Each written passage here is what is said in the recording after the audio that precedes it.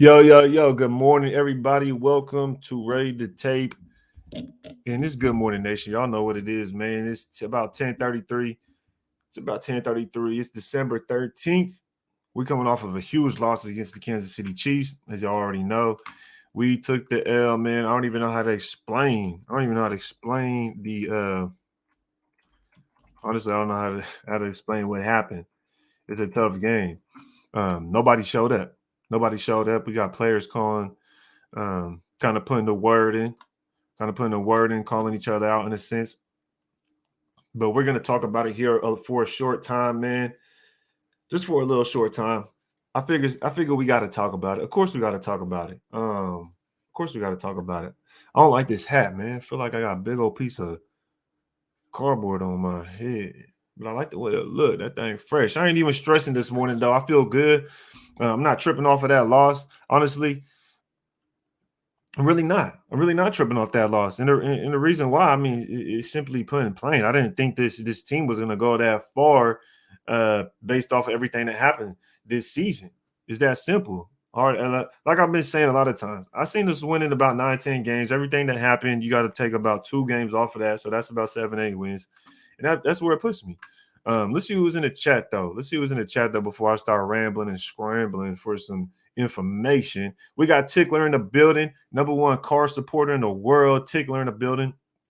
He says, "Hey guys, we are 27th in kickoff yards, 27th in rush yards, 26th in run defense. That is a ton of pressure to put on DC. I admit it. We are 25th in turnover differential at -4. We're 25th in total takeaways at only 13. Dak has 27 takeaways from his defense, giving him a chance. We are 18th in points at 283, but the 30th in defense at 360 points. Holy smokes. So Tickler came in with some haymakers, you know what I mean? Throwing some combos at him. Bow.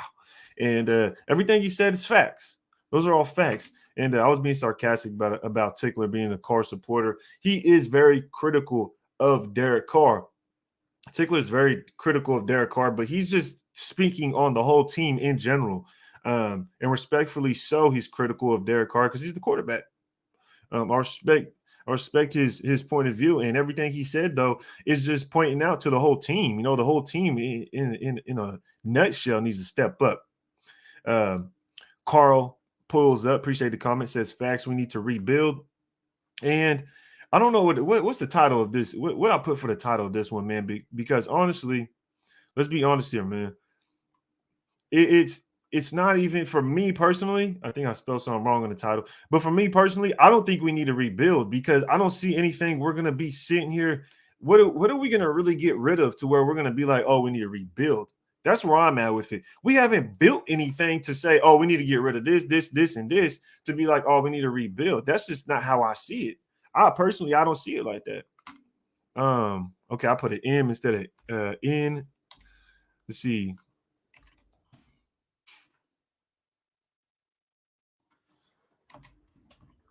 Well, we got week 14. On week 14. I think we should be straight after that. But to my point is I don't see a bunch of players on this team that we would be like, oh, we got to get rid of him, and him. No, players on this team are backups. A lot of these guys on this team are backups. There's no think about our wide receivers. Oh, we need a rebuild. We don't need a rebuild. We just need to add talent. We don't have talent. We need to add talent at the wide receiver group. Okay. The running backs can stay the same. The quarterback, it doesn't matter who the quarterback is because whether you draft one or you draft them next year, they're gonna have to have time to figure things out. You're not gonna want to throw them out there in the fire, especially next year. You want to do that. The offensive line, you need to bring in veterans. You need to bring in a veteran. You're not going to rebuild the offensive line. You're not going to do that. Like, I don't know where people get this idea of we need to rebuild. Personally, I understand what people mean by when they say rebuild, but when people say that, they just mean, oh, get rid of Derek Carr, get a different quarterback a lot of times. Outside of that, there's no rebuilding. A rebuild means you have to tear something down. There's nothing here to tear down. You wouldn't tear down the offensive line. You would just add starters because these guys aren't starters on this offensive line. You wouldn't tear down the wide receiver group because you would just put the practice squad guys back to the practice squad. You would put Stoner back to the freaking practice squad. Zay Jones would be back to being 5th or 6th on the depth chart, not number 2. He wouldn't be starting. He would just go back to being 5th or 6th.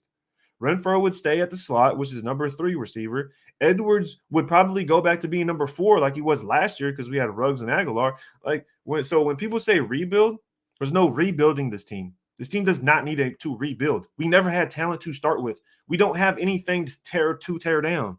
There's nothing to tear down on this team. So we got to stop thinking we're like, oh, another rebuild. No, we never built. We never built. A rebuild means we have guys that are on contract for 3 to 4 years. We don't have guys on contract for 3 to 4 years as far as veteran contracts, maybe rookie contracts. But outside of that, all the deep tackles are gone. Most of the linebackers are gone or can be cut without, losing any money. But even then, what would you do? It would be, how are you going to go find a better linebacker than what we have? Our linebackers aren't actually that bad. Littleton's not that bad. Perriman's not that bad. Nicholas Morrow who got hurt isn't that bad. So, I'm not really with the rebuild thing. That's why in my title I put I don't even know what I put in my title now. But I basically, at the end of the day, I know I put, look, there's nothing to rebuild, right? We're just going to add talent. That's it. That's all we have to do. We have to add talent. So that's kind of where I'm at with it right now. There's no, it's more than a head coach and a quarterback to me at this point. It's an organizational thing, man. It is. It really is. Eric Smith was good with you. Let me get to the chats though. Aaron Cortez in the building. I see you. Jesse Rader, what's good? Good morning, man. What an embarrassment. Most definitely. And I put it on the defense for going out to the middle of the field. This defense, man. This defense, bro. How do you go to the middle of the field to the Chiefs logo and then you go out and put that performance as a defense? That was the defense that went to the middle of the field. People would say, "Oh, it was the whole team." Okay, it was some people from both sides of the field. Okay, whatever the case may be. But if Yannick is running to the middle of the field, then you see him followed by defensive players like Crosby and others. How do you go out there and put a performance like that as a defense after displaying such arrogance and cockiness? So y'all tripping, man. As far as the defense, they tripping. Eric Smith says like button has been rated. Appreciate it, folks. Appreciate you pulling up, Eric Smith. Hope you got your gym pump in this morning, man. I see you profile picture. I definitely went to the gym. I definitely got my work in. I do my Muay Thai, in the mornings.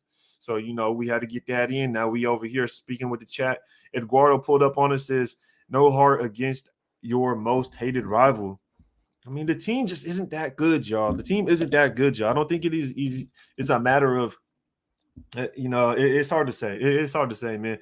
Herman Munster says, Raiders. Yes, sir. Yes, sir. Yes, sir. Tickler.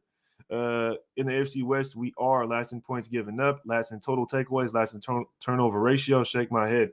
Yeah, bro. Tickler's Tickler's just dropping facts, man. Dropping facts. And at this point, we're just last. We're last in AFC. In the AFC West. So at the end of the day, we're last. So we got Raider Purge. Raider Purge was good with you folks. I see you, family. Jorge pulled up on us, man. Yeah. Fang Vu, that's my brother. I see you, brother. Yes, sir. Carlos Los in the building. Yeah. Tassi says, LOL, how about we just suck? Yep. It could just be that. And it is. It really is. Fang Vu with the first super chat of the morning. My boy. Appreciate you pulling up. Appreciate you always supporting. If y'all want to support like Fang Vu was, just drop a super chat. Always get your questions answers. Always get your statements read. And if y'all want best way to support is to join the membership. And the membership, this is the best membership as far as Raider content creators as I'm concerned. Shit, as far as Raider football, shit. You know what I mean? Pull up. We watch all 22 film. We stream together. We go live. You typically every other week. So make sure y'all pull up. Best way to support is join a membership. But Fang Vu pulls up and says, again, your views and thoughts are on point. I agree that we don't need a rebuild. And, Fang Vu, me and you go back and forth and agree on a lot of stuff, man. So let me know, what would you want to do, Fang Vu? Let me know in the comments what you would want to do. Appreciate the super chat. I'm going to specifically look out for what you're going to say, man, for, giving me that super chat. Appreciate it, brother. Boy George Straight pulled up. Boy, got a Google, got a crazy that's Sanjit right here texting me. My boy Sanjit texting me right here, so maybe he'll be able to pop up, maybe not. We'll see what happens. Ricky7 says, good points. Appreciate you, folks. Tickler with some more facts. He says, we can't run or stop the run. 27th and 26th collectively. What the fuck? Trenches are weak, I guess. Trenches are definitely weak, bro. Trenches are definitely weak. And Dick Vitale says, Woodson said that before the game. Most definitely, folks. And let me tell y'all something. When we started the season, let me tell you something. When we started the season, wide receiver and offensive lineman were my biggest concerns, okay? Biggest concerns. Why was the offensive line an issue? Because we get strong-armed as an organization to let go of two of your best offensive linemen right before the season starts. When you bring in a rookie right tackle, that's why. It doesn't make any fucking sense. It doesn't make any sense, okay? So that happens. We didn't have talent to start with at the wide receiver core. We didn't. Nobody can sit here and tell me we did, because at the beginning of the season, I said we didn't. And then now, where are we at? We had Jones, Edwards, Ruggs, Brown, and Sneed. Are you joking me? We let go of Sneed, we let go of Brown, we let go of Ruggs. What does that leave? Edwards and Zay Jones. That's it. Obviously, we have Renfro. He's the slot guy. Nobody's going to take or any snaps away from Renfro. Nobody's going to take his slot position. So we don't need to talk about Renfro. That's our one receiver, our one guy that we can depend on. But that's not something you do as a football team. As an organization, you don't depend on just one fucking guy at receiver, especially a guy that's 5'10", 185 pounds. Okay? He can't play outside. I'm sorry. He can't. Cooper Kupp, another slot guy, that dude's like 6'2", 200 plus pounds compared to Renfro being 5'10". So quit trying to justify Renfro being good as if that's going to be our whole wide receiver core. That's not what winning football teams do. They stack talent. Winning football teams stack talent. Okay? That's what they do. They stack talent. So when you let go of all these receivers, last year our offense last year was way better. We didn't save any freaking money to make the defense better. Quit using that. You cannot use that excuse. I'm sorry. You can't. You cannot use that excuse. Okay, and I'll explain. Let me explain real quick, because I know people were kind of confused. Like, what do you mean? We got rid of offensive linemen, right? That's it. We got rid of offensive linemen and we used that money to use on the defense. Is that what it was? Now, let me break something down. Trent Brown, okay. Trent Brown, yeah. Who wasn't going to fucking cut Trent Brown? No shit. Already knew we were going to cut Trent Brown. We had to cut Trent Brown. Who brought him in? Who signed Trent Brown to such a huge deal, and he only played one season out of 2 seasons for us in total, right? Who did that? John Gruden. LeBron James are right tackles. Okay, heard that before. Now let's go deep, a little further, right? You get rid of Trent Brown. You had to do that. Now you're looking at Gabe and Rodney Hudson, right? Gabe Jackson and Rodney Hudson. They weren't supposed to leave. You wanted them to take pay cuts. They didn't take pay cuts. So what happens? You ship them out for draft picks. But the thing is, you already paid Hudson to play this year. So that $12 million you paid Hudson, the $12 million you already paid Hudson to play this year, you already paid him. So if you trade him, you're not getting that back. You are not getting that back. So we already paid Hudson for this year's worth of play, of production, but we didn't get that. Now you get Andre James to step in, right? You draft a right tackle at first round. You move him to right guard. Who does that? Who drafts a tackle to move to guard? That's a waste of a first-round pick. We could have just got a competent guard in the 3rd round. We could have just got Liam Eichenberg. How many different guys are out there that we could have got later in the draft that are doing just as good, especially at guard, right? Okay, so we used money from the offense to the defense. That's not true, because we didn't save money trading Hudson. We didn't get money back for getting rid of Hudson. So that right there, we didn't get money for that. So when people say, oh, we used money from the offense and put it to the defense, it's just not true. That's just not true. I'm sorry. I'm sorry. Who did we sign on the defense that we even spent money on? Unique, that's it? So you're telling me one guy we spent money on? Unique Ngakoue was who we spent money on to bring in to change the whole defense. That's why we took money off the offense. That's bullshit. It's straight bullshit. Because we turn around and sign Drake to give him money. You turn around and sign Sneed. You turn around and give Brown money. You extend good. You give Andre James a contract. You give Miller more money. What the hell are we talking about? There's no way you can sit here and say we used money from the offense and put a defense. So when people say that, you need to check them out the door and say that's bullshit. That's not true. That is not a fact. That is not true. We did not do that. So stop trying to use that excuse, that explanation, because it's just not true. I just wanted to get that out the way. We got a super chat from Carl Lackenmeyer. I hope I said that right. He said, would you clean house on all coaches in Mayock? Yes. It's that simple. Yes. I'm cleaning the house on all the coaches. Now, when people say rebuild, if they're talking about rebuild the coaching staff, if they're talking about rebuild personnel, the higher ups, yes, I totally agree with that phrase. I totally agree with that. I seen Fang Vu. Let's see. Fang Vu says, we got a lot of the right parts, but also a lot of the wrong parts in regards to players. I think we definitely need to do not clean house, but change the parts that don't work for us. Most definitely. And basically what he's saying, we have players, right? We have a Yannick and a Max Crosby we can keep on the edge. Why would you get rid of them? You might as well keep them on the edge, right? We just need to get the defensive tackle. We have Perriman, we have Littleton, we have Deablo. They're all pretty competent, if you ask me. All pretty competent linebackers. We play, NFL nowadays, when you watch the game, sometimes they don't even put three linebackers when they first start to present the teams on the first drive, and they show those clips. They pop-ups of the players. They don't even show three linebackers anymore. They show five defensive backs. They usually show the three corners, right? We got Nate Hobbs, we got Mullen, and we got Casey Hayward, we got Abram, we got Merrick. Y'all really want to switch a bunch of them players out? I don't think it's the players so much. We have talent. I think a lot of it has to do with coaching. Definitely think a lot of it has to do with coaching. But let's see who's in the chat. Jonathan says everyone should be on notice, including DC, Seawood 2021. Everyone should be on notice. The weird thing is, it says everyone should be on notice, including DC. Isn't he everyone?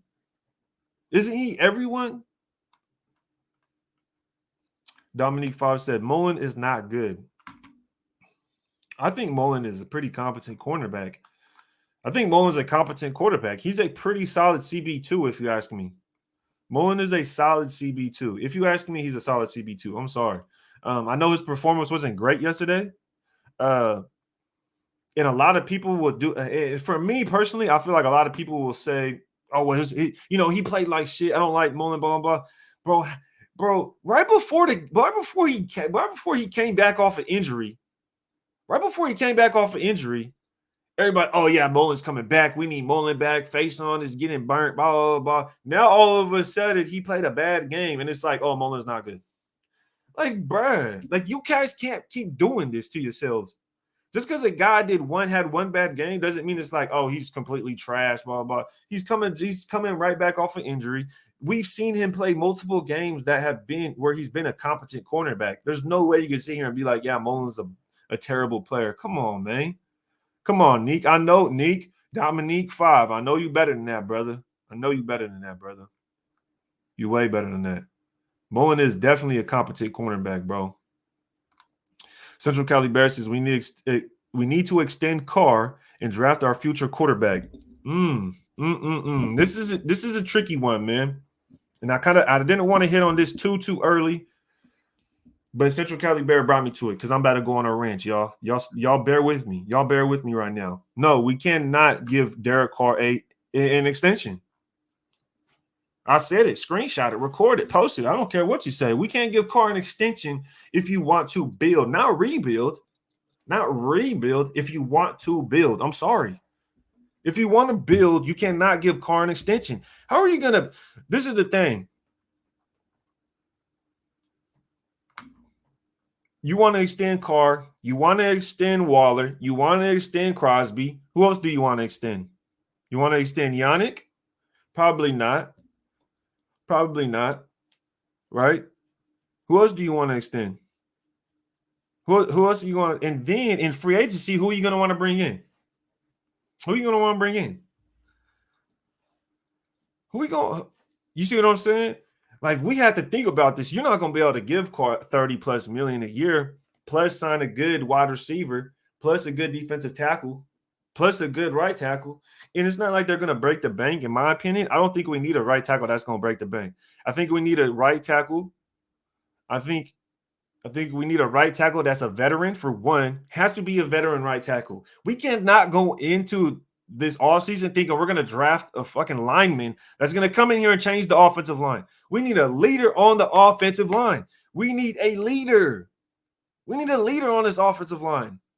We need somebody that's going to step up and be a voice for this offensive line.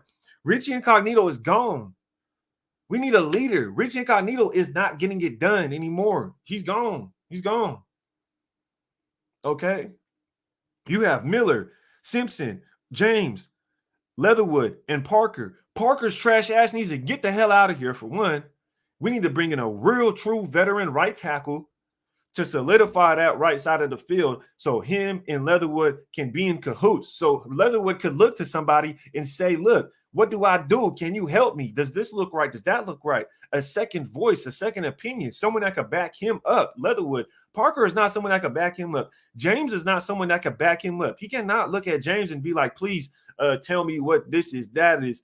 Help me call this out, call that out. We're going to do this, we're going to do that. James isn't experienced himself. I want someone experienced on these offensive line that could come in and be a leader, that could step up. It's not going to break the bank. We just need a veteran, bro. We need a veteran presence on the offensive line. That's for starters. So for everybody that's going in here saying we need to draft a lineman, do we draft a lineman? Fuck no. We got 2 first-round draft picks and Miller and Leatherwood, and we're still talking about the offensive line. But in this beginning of this season, everybody was talking about how Tom Cable is a genius. That's straight bullshit. Tom Cable needs to get fired like yesterday. Tom Cable needs to be gone. He is garbage. I'm sorry. Tom Cable's been garbage. This whole offseason, I had to hear everybody talking about how Tom Cable's a genius. Tom Cable's the offensive line guru, blah, blah, blah, blah. No, bro. No, that's why I always would sit there quietly when everybody would say that. Like, I don't know about that, because Tom Cable has been trash and is always trash. I'm sorry. This is just a straight fact. Quit playing with me, bro. Tom Cable, he drafted every single guy on this offensive line is Tom Cable's guy. It's Tom Cable's guy. There's no fucking excuse anymore. Tom Cable has got to go. Has got to go. This motherfucker couldn't build a line in Seattle.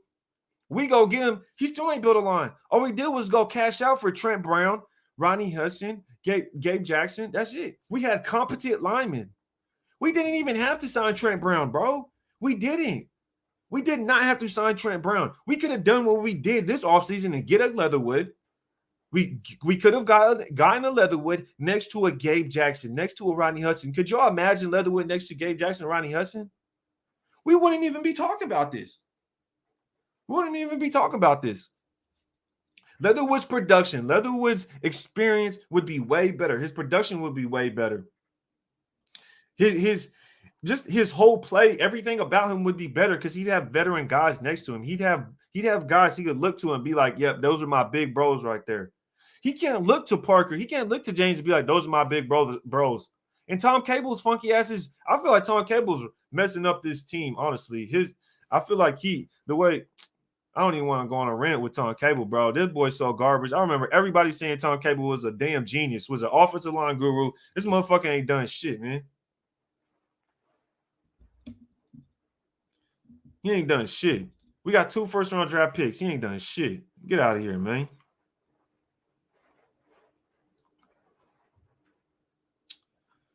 Got a super chat right here. Or actually, my boy Raider Wolf says, wait, why wouldn't you want to extend Yannick? Well, it's not that I wouldn't want to extend Yannick. It just depends on the cash. And another reason and why, and just to answer your question, why I wouldn't, because I wasn't saying I wouldn't, but to answer your question, you're saying why I wouldn't is because we got Kuntz. Depending how Kuntz develops, I would rather bring Kuntz back or bring Kuntz up and extend either Yannick or Max. You see what I'm saying? I wouldn't want to pay both of them. I would either pay Yannick or Max. You either pick your poison. Me, I'm probably end up picking Max because he's homegrown. He's younger, and like I said, homegrown. You know what I mean? And then I'd have Kuntz on the other side. But that's, you know what I mean? That's neither here or there. I'm not really too concerned with the defensive end spot. So it's not really a matter of I like Yannick or not or whatever. It's just how much money we have, right? Cody Jackson with the super chat, brother. Appreciate it. He says extend Carr if he accepts 25 to 30 million. Now, if Carr accepts 25 to 30 million, then I'd probably say okay. But even then, honestly, it's like, where do we go? Because the organization doesn't make the right moves. At the end of the day, we could talk about this move being right. We could talk about that move being right. But at the end of the day, will the organization make the right move, y'all? How do we get in touch with the organization so we could grab them by the fucking throat and say, look, do this shit, because you're not listening. Organization don't listen for shit, yo. We should have traded up for Parsons. We need dogs like that. Alpha, what the fuck you looking at, dogs? Yeah, exactly. Exactly. And the thing is, you know, I like Parsons. If we would have traded up to get Parsons, I wouldn't have been mad. I wouldn't have been mad. But what upsets me is we got Leatherwood, Lurker. Kevin, we got Leatherwood. We could have had Barmore and Trayvon Merrick. We could have had Barmore and Merrick. I know it's hindsight. But I know plenty of people, maybe not plenty, but I know Sanjit was sitting there banging on the table. We need to get Barmore. And I wanted Merrick. So could you imagine if we had both of them? Could you imagine if we got Devin White? Could you imagine if we had got Josh Allen? Like, bro, could you imagine if we got Kenneth Murray Jr. instead of Arnett? Derwin James instead of Colin Miller? Like, come on, bro. The list goes on. It's the organization. Now, how can we reach out? How can we get all the organization and say, look, what are you doing? Someone needs to slap the shit out the organization and say, yo, wake the hell up, because this shit is not a joke, bro. Y'all got millions of people out here rooting for y'all. Y'all move stadiums, go to Vegas to some funky-ass stadium wanting to be bougie where fans don't even know how to fucking cheer, and y'all motherfuckers still suck. Straight bullshit. Tom Cable has never been good. He was bad in Seattle. Yeah, he's never been good. Team Raider says Colin Miller, our best lineman, and it's not really saying much. Colin Miller is a competent lineman. I'll give you that much. Colin Miller is a competent lineman. But if I sat here and if personally, I would rather get Derwin James in that draft. I would rather go get Derwin James than Colin Miller. I'm sorry. It's just that simple. I still would rather have Derwin James because everybody was like, well, Derwin James is always hurt. Blah, blah, blah. I don't give a shit. He's an impact player. That is a playmaker. Colin Miller is not a playmaker, bro. You don't need a playmaker. You don't need a first-round draft pick for every single offensive lineman. It doesn't have to be a first-round draft pick to be good. I'm sorry. That's bullshit. Tom Cable just fucking sucks. Cable's zone scheme is trash. Even our line would be better under a man-blocking scheme. We've gone back and forth, honestly, Tyson. We've done some man blocking. We've done some zone. I think it's him and his shitty-ass coaching. If y'all can hear stuff, just let me know. If the audio is bad, let me know. There's a storm going on right now.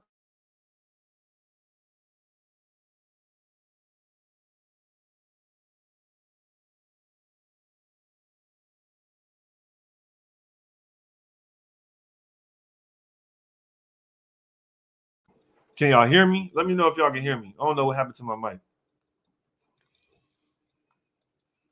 Chaz Edwards, member, says, I haven't said that about Tom. Y'all must be talking to each other in the chat.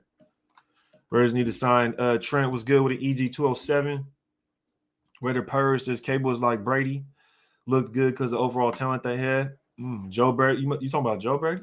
Talk that shit, Red. You know I'm finna cut up. I'm finna cut up today, man. I'm cutting up this morning. Yannick is on 2 years. Yeah, he's on 2 years, so we'll have him for one more year. And it's like, would y'all want to bring back Yannick if Kuntz is doing good? Would you want to pay Yannick if Kuntz is doing good, right? Because think about it. Yannick would walk. Would you want to pay Yannick and Max Crosby? You see what I'm saying? Or would you want to pay Crosby, let Yannick walk, and then bring up Kuntz? You see what I'm saying? You got to be smart when you use your money now. You got to be smart when you use your money now. Something the Raiders haven't been doing. Someone needs to get a hold of the Raiders and tell them to wake their ass up. Kevin Larger says, I said 2 weeks ago I would keep around 25 players. Okay. He said, no hindsight, I wanted Barmore. Yeah, 100%. I hear you. Watch Raider in the building. I see you folks. He said, John Gruden want all this, man. He's gone. Get over it. He must be talking to somebody in the chat. John says, send them an email or postcard. Boycott the team. Don't spend a dime for home and away games. Once their pockets start hurting, they'll listen to us and make changes. Yeah, man, it's going to be hard to tell Raider fans to boycott, I feel like. But if they start sucking, I bet them Vegas fans won't show up. Maybe they will, because it's just a sideshow attraction at this point. Derwin James injury prone, isn't he? Injury prone or not, I don't give a shit. That boy better than Colt Miller.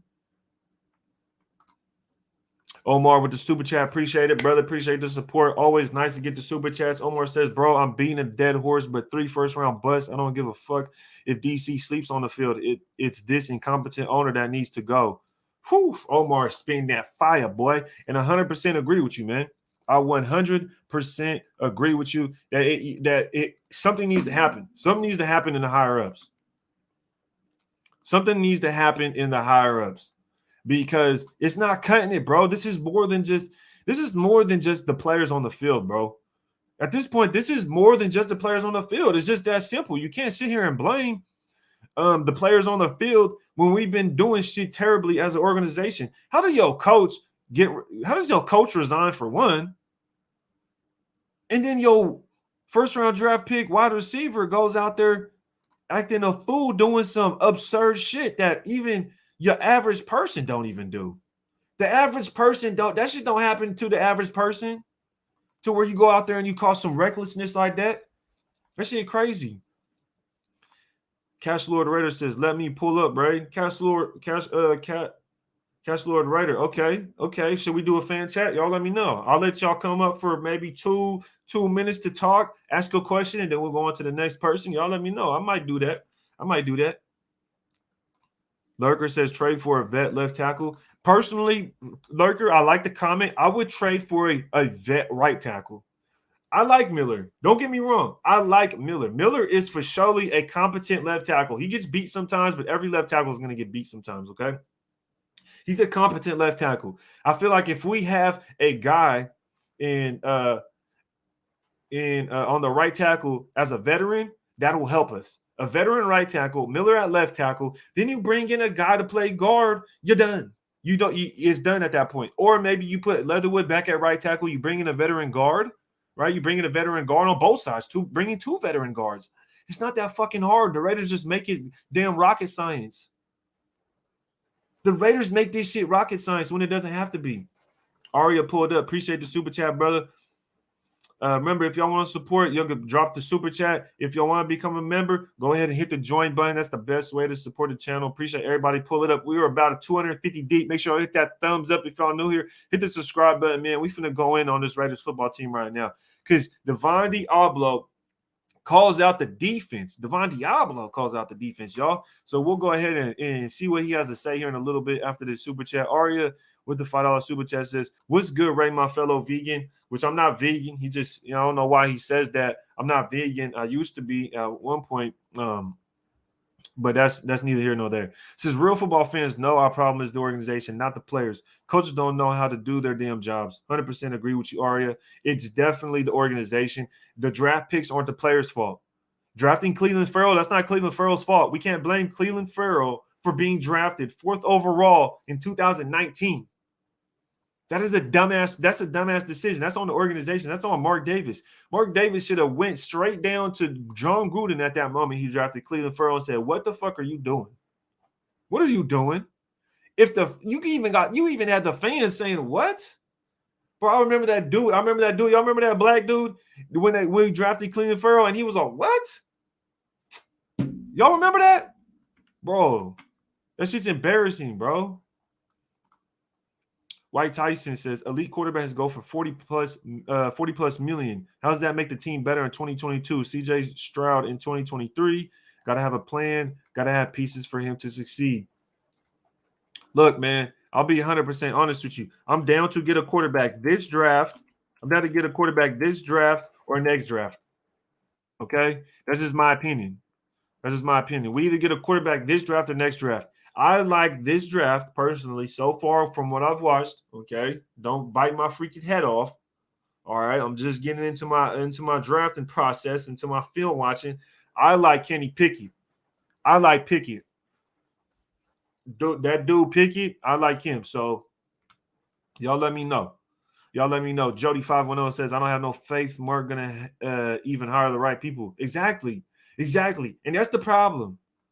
Are we even going to pick up the right people that we need to pick up? And that's the problem. Red Nation for Life said Cable wanted Leatherwood. Yeah, and he's playing like shit. Cable's a dumbass. Cable need to get the hell out of here. Molly Mall, Max leads league in pressures, though. I don't give a shit what Max. Max leads the leagues in pressures, but he has more penalties than sacks. Max does not have a lot of sacks. Pressures don't mean shit. Pressures does not mean anything. Bro, you can get a pressure on the same play Max gets a pressure on, they can get a first down. On the same play Max gets a pressure on, they can get a touchdown. They can still get more yards. Pressures don't mean anything. Quarterbacks get pressured all the time. Just because you get pressure does not mean the quarterback is going to mess up. That's not what it means. So I don't care about pressures, man. Max Crosby need to finish. I remember when Arden Key was here, Arden Key was getting fucking blasted because he was Arden almost Key. Well, where the fuck is Max Crosby? Go get a fourth quarter sack when the game is on the line. Go get a sack strip fumble. Okay? That's what I need to fucking see.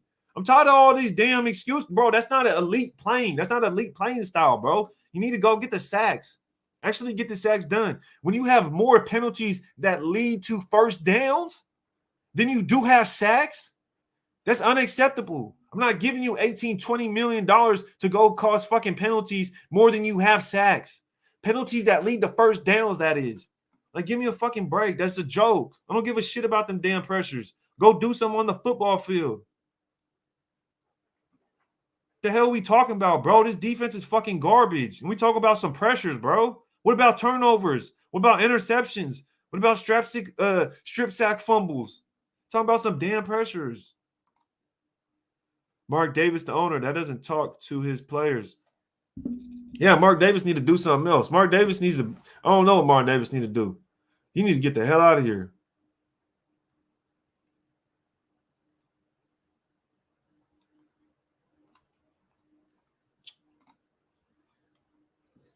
Anthony pulled up, says, I think Gruden been picking the first round the past 4 years. I don't give a shit who been picking the first round. Mark Davis needs to say something, bro. It's on Mark Davis. If Mark Davis sees these draft picks, he's seeing these draft picks. He's seeing Cleveland Farrell get drafted, number 4 overall, and he's seeing it don't work out. He needs to walk down there himself and say, what the fuck are we doing wrong? To where you drafted Cleveland Farrell, where you draft Leatherwood, where you draft Arnett. Give me a break, bro. Davis ain't doing nothing. That bro got a shiny new stadium and think he could just sit back and chill. Edgar Marskel, the team lost our president, controller, and CFO at the beginning of this year. I'm very curious to see who we get. Has to be a top Vegas exec. The rest will follow. I mean, that does make sense, bro. It's about connections. You have to get people that know people. It's that simple. Super chat from Omar. Appreciate it again, brother. He says, we haven't won a Super Bowl since 1984. Since then, we drafted Jamarcus Russell, let that sink and traded for Carson. Even Al was tweaking, but blame DC. Bro, Carson Palmer. We traded for Carson fucking Palmer. Do y'all remember that shit? We've had players like Andrew Walton, what's his name? Tulio Sosopo. Like, bruh, quit that cat, bruh. Tickler says it's like we don't have complete football players. Carr can pass, can't really scramble. Abram tackles can't cover. The pieces can fit together, but not with all that happened this year. 100%. 100%. Some shit needs to get figured out. Team Raider says we just can't draft. Exactly. We cannot draft, yo. We cannot draft. That's the problem. We've had how many first-round draft picks do we have? We got 1, 2, 3. The first year Gruden was here, we got 3 first-round draft picks. We drafted Cleveland Farrell, Josh Jacobs, and Jonathan Abrams. Like, bro, none of them are elite. None of them are impact players. Are you joking? How do you miss on that many first-round picks? That is terrible. That is terrible. Mark Davis too gullible to say anything to Gruden about draft. That's because he don't know shit about football. I feel like Davis don't know anything about football. So that's why he brought in Gruden. So then Gruden could go bring in all these different guys that they could find. So Gruden can find the people that do the jobs. Because Mark Davis don't know. I feel like Mark Davis don't really know who to bring in. The boy lost in the sauce. Man, Morrow was disappointing yesterday. Yeah, Morrow was. I mean, the whole team was fucking disappointed, DV. The whole team was disappointed because let me tell you something. You can't throw Morrow the ball and he fumbles it like Waller did against the Cowboys. This time it just ended up being a fumble when it should have been a fumble against the Cowboys like Waller fumbled it that time. What about Renfro? He fumbled it. What about Josh Jacobs? Bruh, I've been telling y'all about Josh Jacobs. Don't get me started on Josh Jacobs. That motherfucker's so sorry right there. Josh Jacobs is so goddamn sorry. Oh my gosh, bro. First round running back. Do y'all realize that we traded Khalil Mack for Josh Jacobs? Do y'all realize that? Based on right now, obviously hindsight, we traded Josh Jacobs for Khalil Mack. That's fucking embarrassing. That's a complete fail. Complete fail. I'm sorry. Complete fail. King Solomon, once I saw Mark Davis' haircut, I knew we toast. That was stupid. He said, I knew we were toast. Farrell, Lynn Bowden, Muse, Arnett, Ruggs, PJ Hall, Arden Key, all gone. Who else am I missing? Bro, you're missing a lot. I'll be honest. Farrell isn't gone. He's still with us. But we get your point, man. We missed too much. Does Nassib have more sacks than Crosby? Oof, y'all might have to look that stat up. I don't think so. I don't think he has more sacks than Crosby.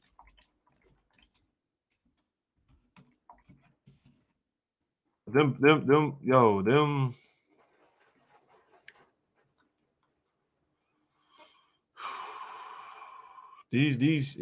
pressures that right there gets me every time, bro. I don't care, bro. We need to see sacks. Let's see who is our sack leader.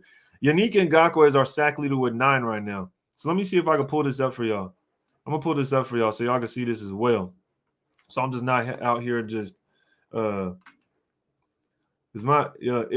right now I'm in the middle of a storm, y'all. So if this thing cuts out of nowhere, it's because the power went out, I think. Because right now I'm getting some little flashes on some lights and stuff. We're in a storm. I'm in Sac. I don't know why it's storming out here. Shit, we in Cali. But I want to bring this up right here, and I'm gonna share it with y'all. I'm gonna share my screen with y'all so we can see the sack leaders of our team. Right here. Here we go. D. Raider brought up a good question, and he's asking, does Nassib have more sacks than Crosby? And nah, he doesn't. Nassib right here, as we can see, has 1.5 sacks on the year. And Crosby has 5 sacks on the year. Yannick has 9. Thomas has 3.5. Quentin Jefferson has 3. Kuntz has 2. Kuntz has 2 sacks. My boy has barely been playing in the game. Falone with 2 sacks. Nassib 1.5. Farrell with 1 he just got. Farrell always plays well against Kansas City.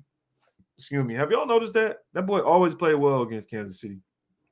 Nate Hobbs even has a fucking sack.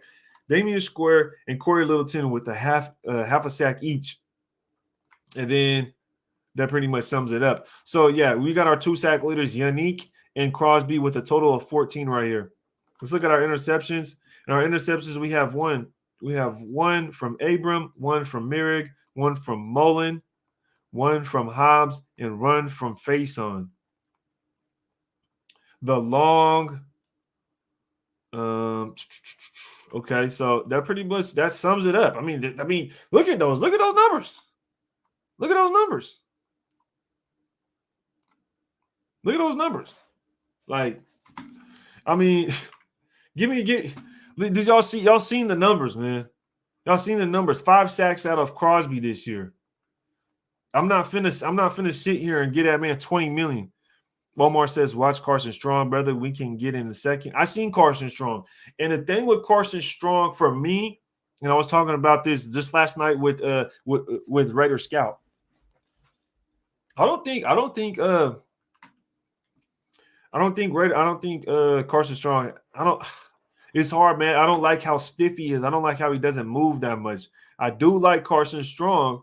I think he's a lot more talented than a Mac Jones. And if he were to go, and if Carson Strong were to go to a team like the Patriots where they have a good offensive line, good coach, a good defense, then Carson Strong would fucking ball out, bro. In my opinion, Carson Strong would straight ball out. But if he had to go to our team, Carson Strong would get murdered, bro. He would get destroyed. Raider Purge, we traded Khalil Mack for Jacobs, Arnett, and Edwards. And here's my point. This is what I mean by we traded Khalil Mack for Jacobs. Edwards ain't good. Edwards is not a good receiver. Edwards is the receiver. Arnett, he ain't even with us. Jacobs is the only one that's produced. So at the end of the day, you can say we traded Mack for Jacobs, Arnett, and Edwards. Arnett's not with us, so we traded Jacobs for Edwards. And Edwards was out basically the whole first year he was with us.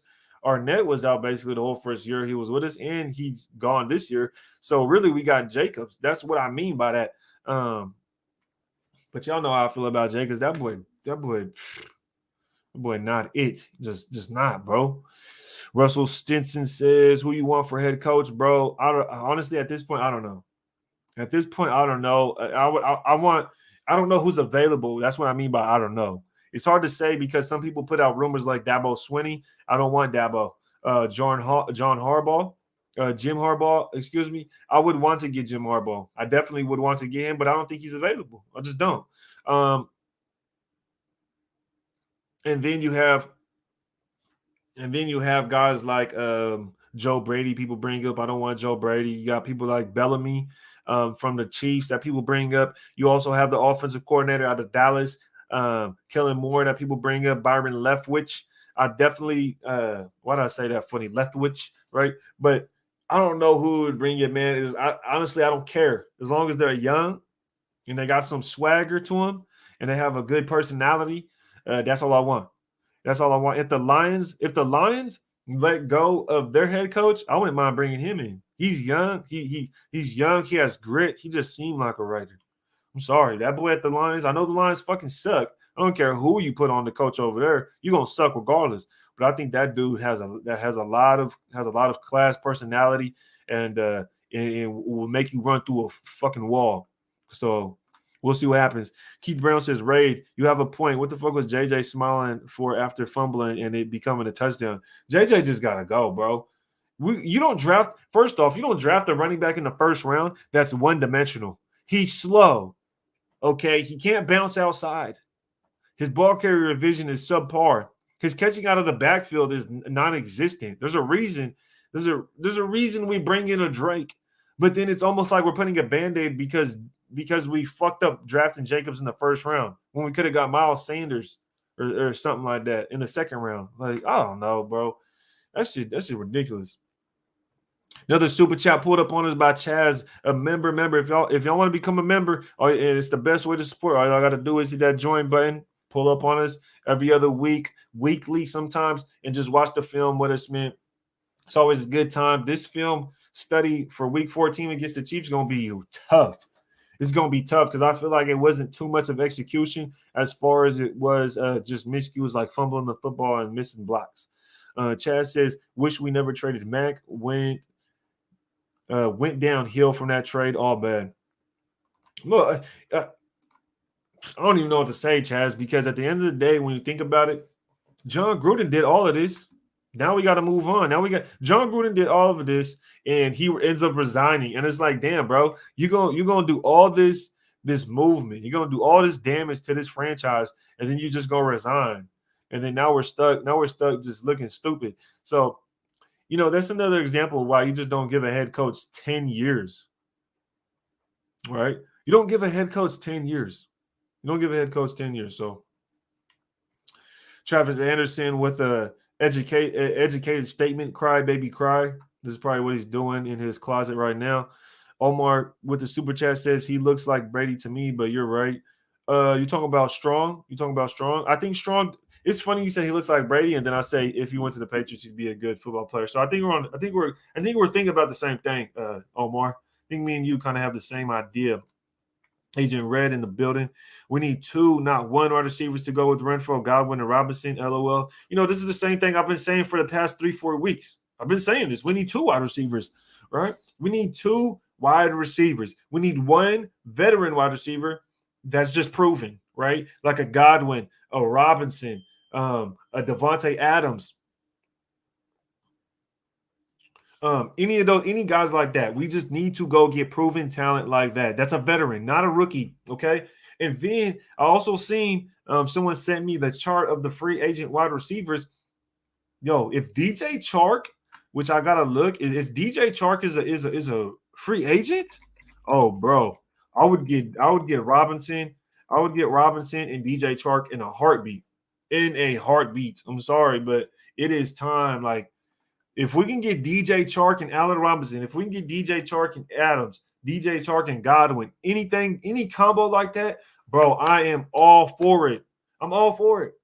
We got to go do that. You bring in DJ Chark, you bring in an Allen Robinson, an Adams, or a Godwin, or even a Gallup.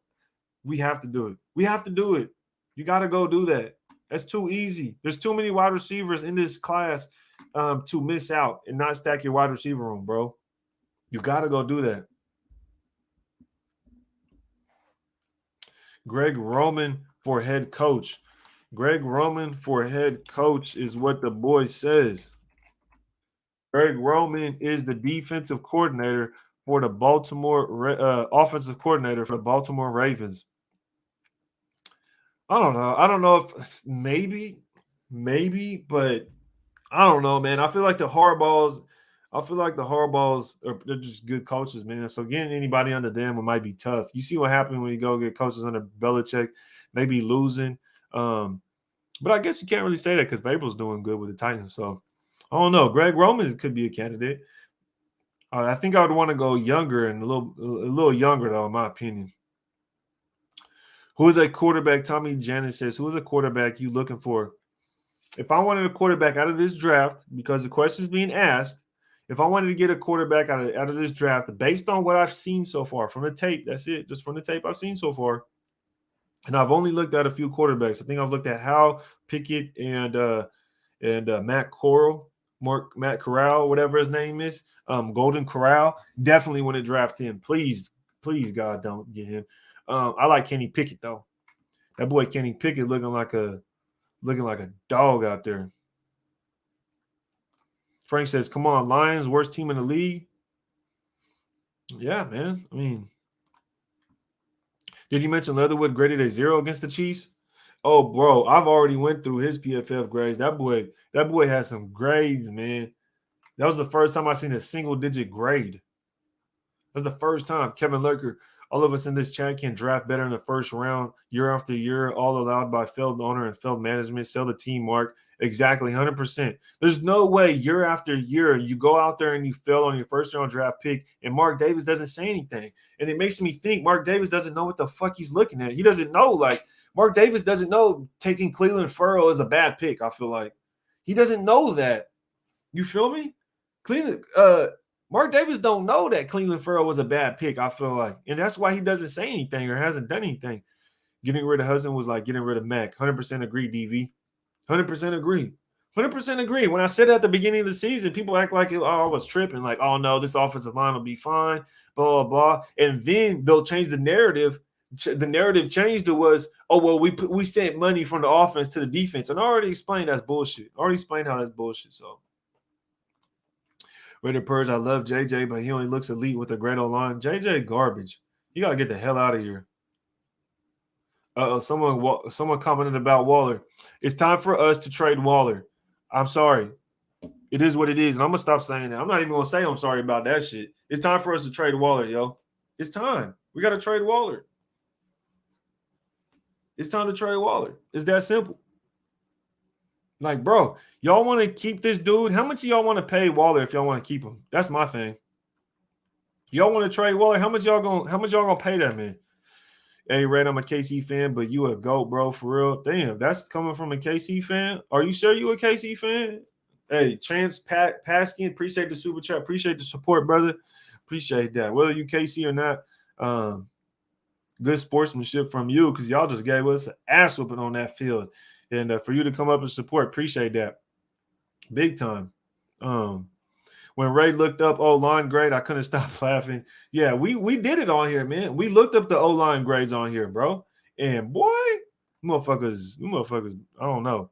Kevin Lurker says Hudson's going to the playoffs. Yep, he's going to the playoffs with the Cardinals.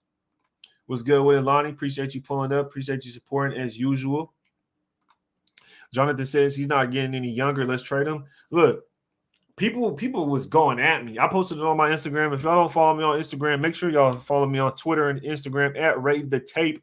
I definitely stay linked up with y'all on Instagram.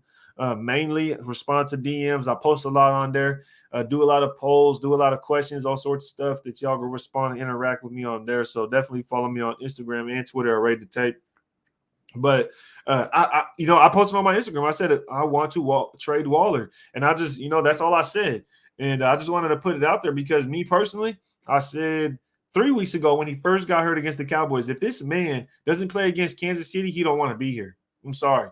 He just doesn't want to be here if he doesn't play against Kansas City. He could have came in against Kansas City, played the game, and then sat the next game. But when you're playing a division rival, you need to go out there and play. You need to go get it done. You need to go do that. And personally, I think we need to trade Waller. You want to sign a 30-year-old tight end to a contract of $18 million, $20 million? For how long? How long are you going to sign this tight end for? How long are you going to extend this contract for? To where you're going to give him $18 to $20 million. He's having injuries now. He's injured. Right now he's injured, right? And he's 30 years old. His injuries are only building up. And y'all want to give him a maxed out contract for a tight end? Is that what we want to do? Keep 4-5 on both offense and defense, send the rest packing.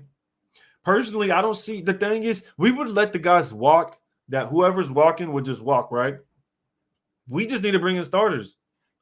That's why I keep saying there's no rebuild. You know what I mean? The rest of the people kind of like send the rest packing. It's kind of like if they're on contract, they're on contract. We don't have to do anything. We have a lot of cap space next year, right? Let's not mess that up. Let's not mess up our cap. Please don't, because we have a lot of cap space next year. So whoever walks. There's nobody that is going to be a free agent next year that we're like, oh, we have to go back and immediately sign them. Maybe Casey Hayward can stick around. Right? You go back, you want to re-sign him, but a lot of these guys are second stringer, not even second string guys. They're like fourth or fifth. Brandon Parker's not a second string tackle. We need a starting right tackle. We need 2 starting wide receivers. So, all these guys would be depth guys. And an example is our wide receiver room. We only have 4 wide receivers now. We have Renfro, Jones, Edwards, and Jackson. That's all we have at wide receiver. And those are guys that started on the 53. I'm not talking about activating 53. I'm not talking about activating practice squad guys.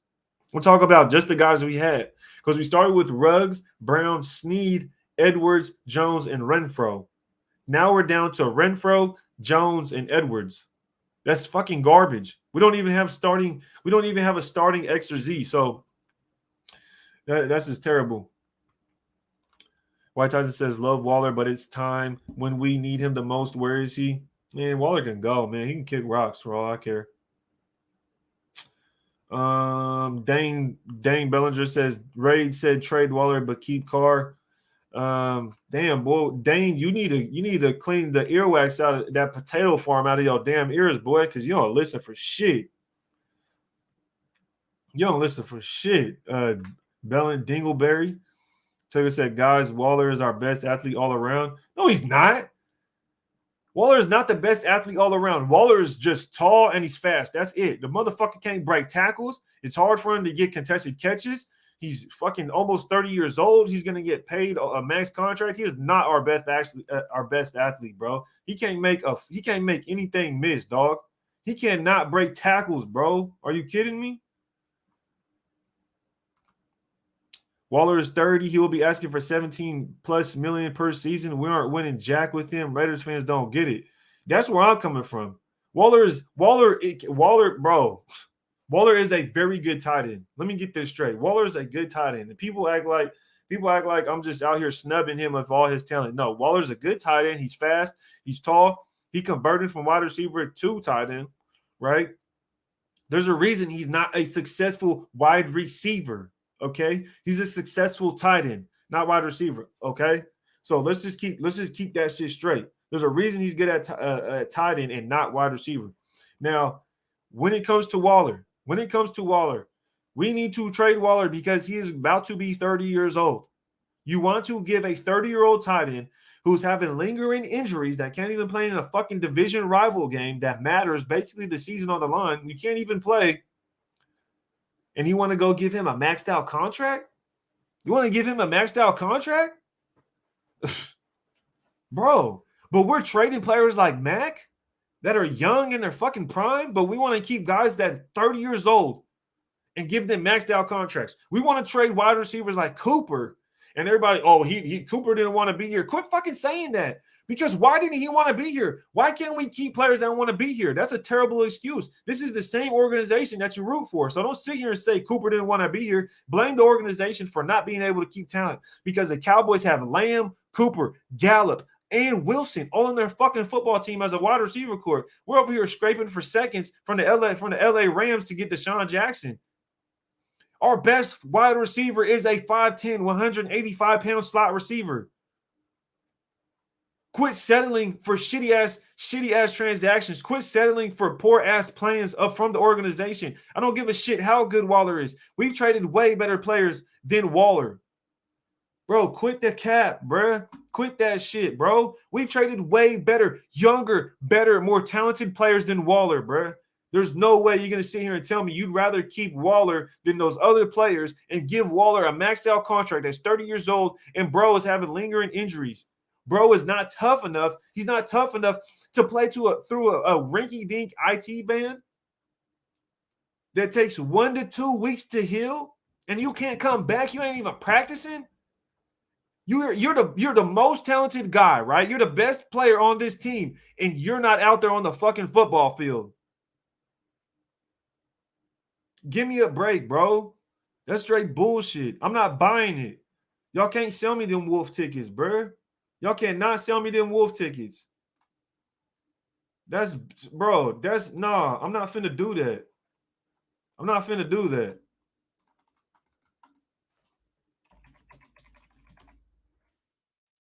That's crazy.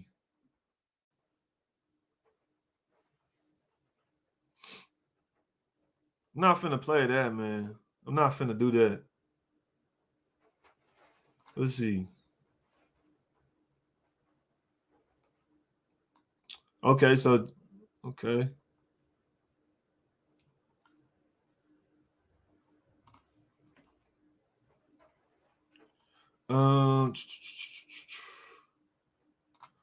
The Raider fan rated tape. Okay, he says, who does Pickett remind you of? Shit, bro. He remind me of Herbert.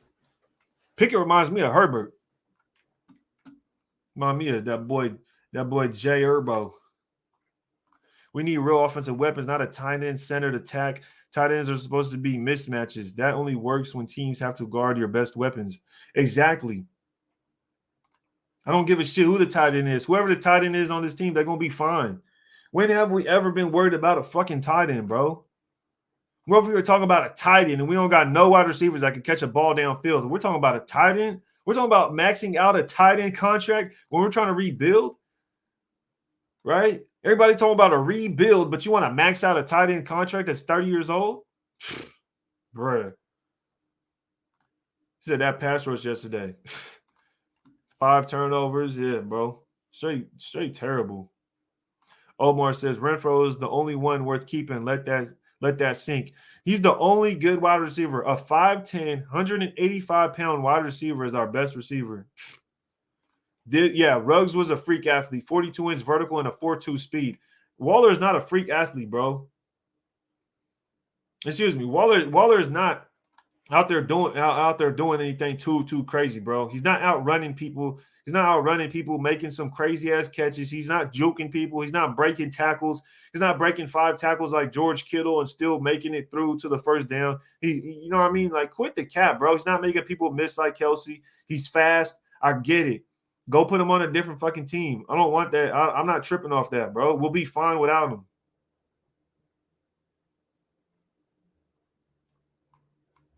People acting like a tight end is gonna make or break our team. What? Quit it, bro. Las Vegas Raiders front office needs some retooling immediately. Immediately needs some retooling.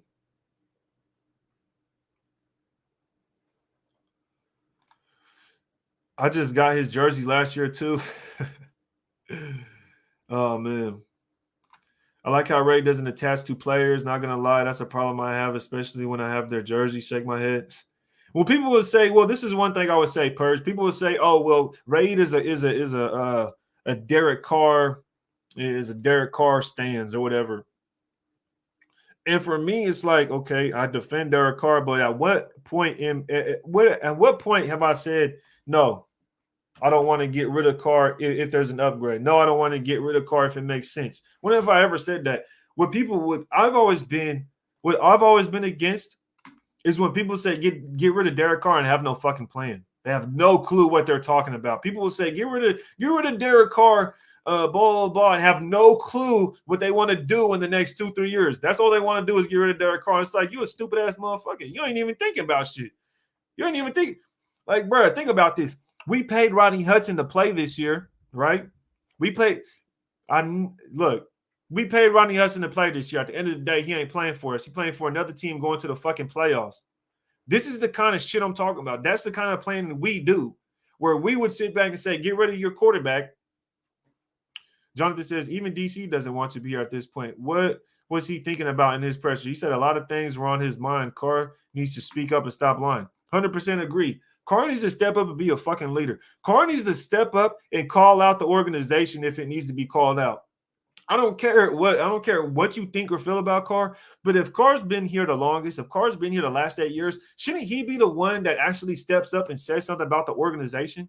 Step up and say, look, we've missed on this, this, and this. We made wrong transactions on this, this, and this. Shouldn't Carr be the one? And that's my biggest thing with Derek Carr, is that he doesn't open his mouth, that he keeps his mouth shut, that he just sits there and he'll be like, oh, it's on me. Motherfucker, go say who it's on. Because we know damn well this last game wasn't on you, and you didn't say it this time because you fucking knew it, Carr. So go out there and say who's it on. Say the coaching fucking sucks. Say the play calling sucks. Say we don't have the talent to be successful. Quit saying, yeah, it feels different this time.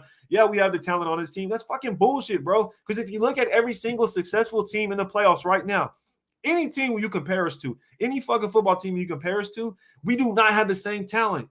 We do not have the same coaching. We do not have the same history in the last 10 years that shows that we are a successful football team. So quit saying that, bro. We don't have the history to back it up. So we definitely need to make some changes, Jonathan. Definitely. Loyal to the Soil says Matt Corral reminds me of Herbert. Pickard is soft. That's Loyal to the Soil. Have you even watched film on Corral? Bro, that Herbert and Corral don't even play the same, bro. How does he remind you of Herbert? Bro, Herbert is like 6'5", 240. Corral is like 6'2", 205. And you're saying, this is what I mean by fans just talk. Bro, y'all motherfuckers just be out here talking and just typing. Matt Corral reminds you of Herbert. Bro, I'm finna, bro, don't be in the comments saying nothing crazy, because I will torch you if in the comments out here speaking reckless, bro. Like, you know what you're talking about. Because this is ridiculous. Y'all just be out here talking without any type of reference, bro. Do some research, bro. You would look. All you would have to do is Google Matt Corral, however you say his name is, Golden Corral, however it is. You would see that the dude right here on ESPN, it says he's 6 foot, 200 pounds. Let's go to somewhere else, something that'll maybe give us something a different. And let's just use this, right? And then we can go to Justin. We can go to Jay Herbo, right? Justin Herbert. We can go to Jay Herbo. Look at Justin Herbie. Look at this shit. This is what I mean, bro. This is what I mean. Look at this. Somebody look at this. Where do we get the Kevin Hart take? Somebody come look at this. You got this man saying he reminds him of Justin Herbert. So you're telling me a 6'6", 237-pound quarterback, okay, that's known for slinging the ball downfield, reminds you of a 6 foot, 200-pound quarterback that mainly runs the football? Is this what we're talking about? This is the kind of things that disturb me across the Raider Nation. This is what disturbs me. That kind of stuff disturbs me right there. He reminds you of Herbert. Come on, loyal to the soil. You better than that. Raid, would you rather keep Carr and get Adams or keep Waller? I don't want Waller because I don't want to sign Waller. Okay, I don't want to sign Waller to a big contract that's about to be 30 years old that can't even play through an IT band. I don't want that kind of guy on our team. You can't play through an IT band, but everybody says how Carr is a fucking crybaby because he was playing with a broken back, broken finger, like Joe Burrow is playing with a broken finger. It's not even broken; it's dislocated, bro. And he's getting babied like a big old, he's getting babied. So I don't know. Stuff's weird, man. People contradicting. Appreciate the super chat. What would I rather do? I'd rather keep Carr and get Adams. I'd rather get Carr and keep Adams and bring up Morrow. I think Morrow will be fine. Morrow had a weird game. Morrow hasn't had the best games, but I think if you put him in position, he'll be fine. Everybody's flipping on Morrow all of a sudden. You know, it's funny because everybody swear, you know, Morrow was good. You know, we got 2 tight ends. Morrow's this, Morrow's that. Morrow hasn't been playing that well, and all of a sudden, everybody's switching on Morrow. And it's like, bro, don't do that, man. Don't do that. Stay consistent. Stay consistent in your takes, yo. Stay consistent in your calls. Stay consistent in your ideals and in your logic. Because at the end of the day, you're just going to be contradicting yourself.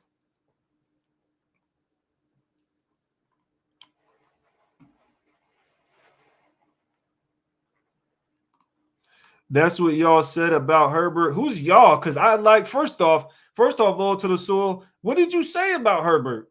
I liked Herbert, but I just showed you a comparison to the two, and they're nothing alike. They're literally nothing alike, bro. I just did the tape on Coral last night. They're nothing alike, bro. I liked Herbert out of college. He was my favorite quarterback in that draft.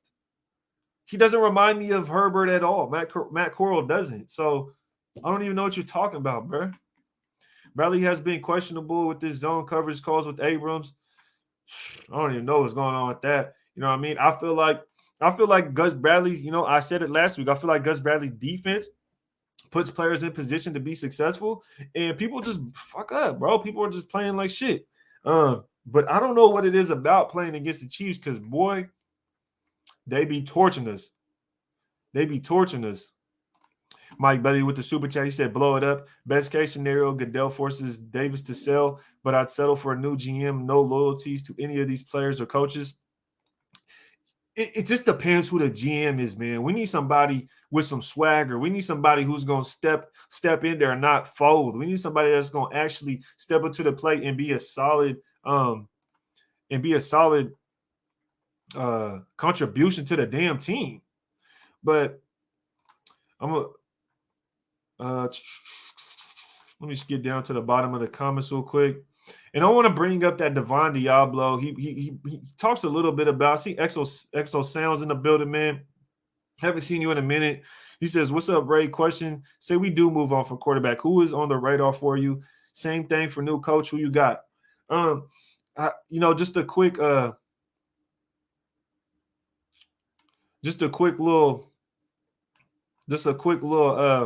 recap. I like Pickett as a quarterback. That's my quarterback out of this draft that I like. I don't like Matt Corral. I like Pickett. I think Pickett's mobile. He continuously looks downfield. He doesn't get too rattled in the pocket. I definitely need to watch more games on him. Right? We're early in the season, bro. So whatever I say right now, as far as the draft, that motherfucker might change in April.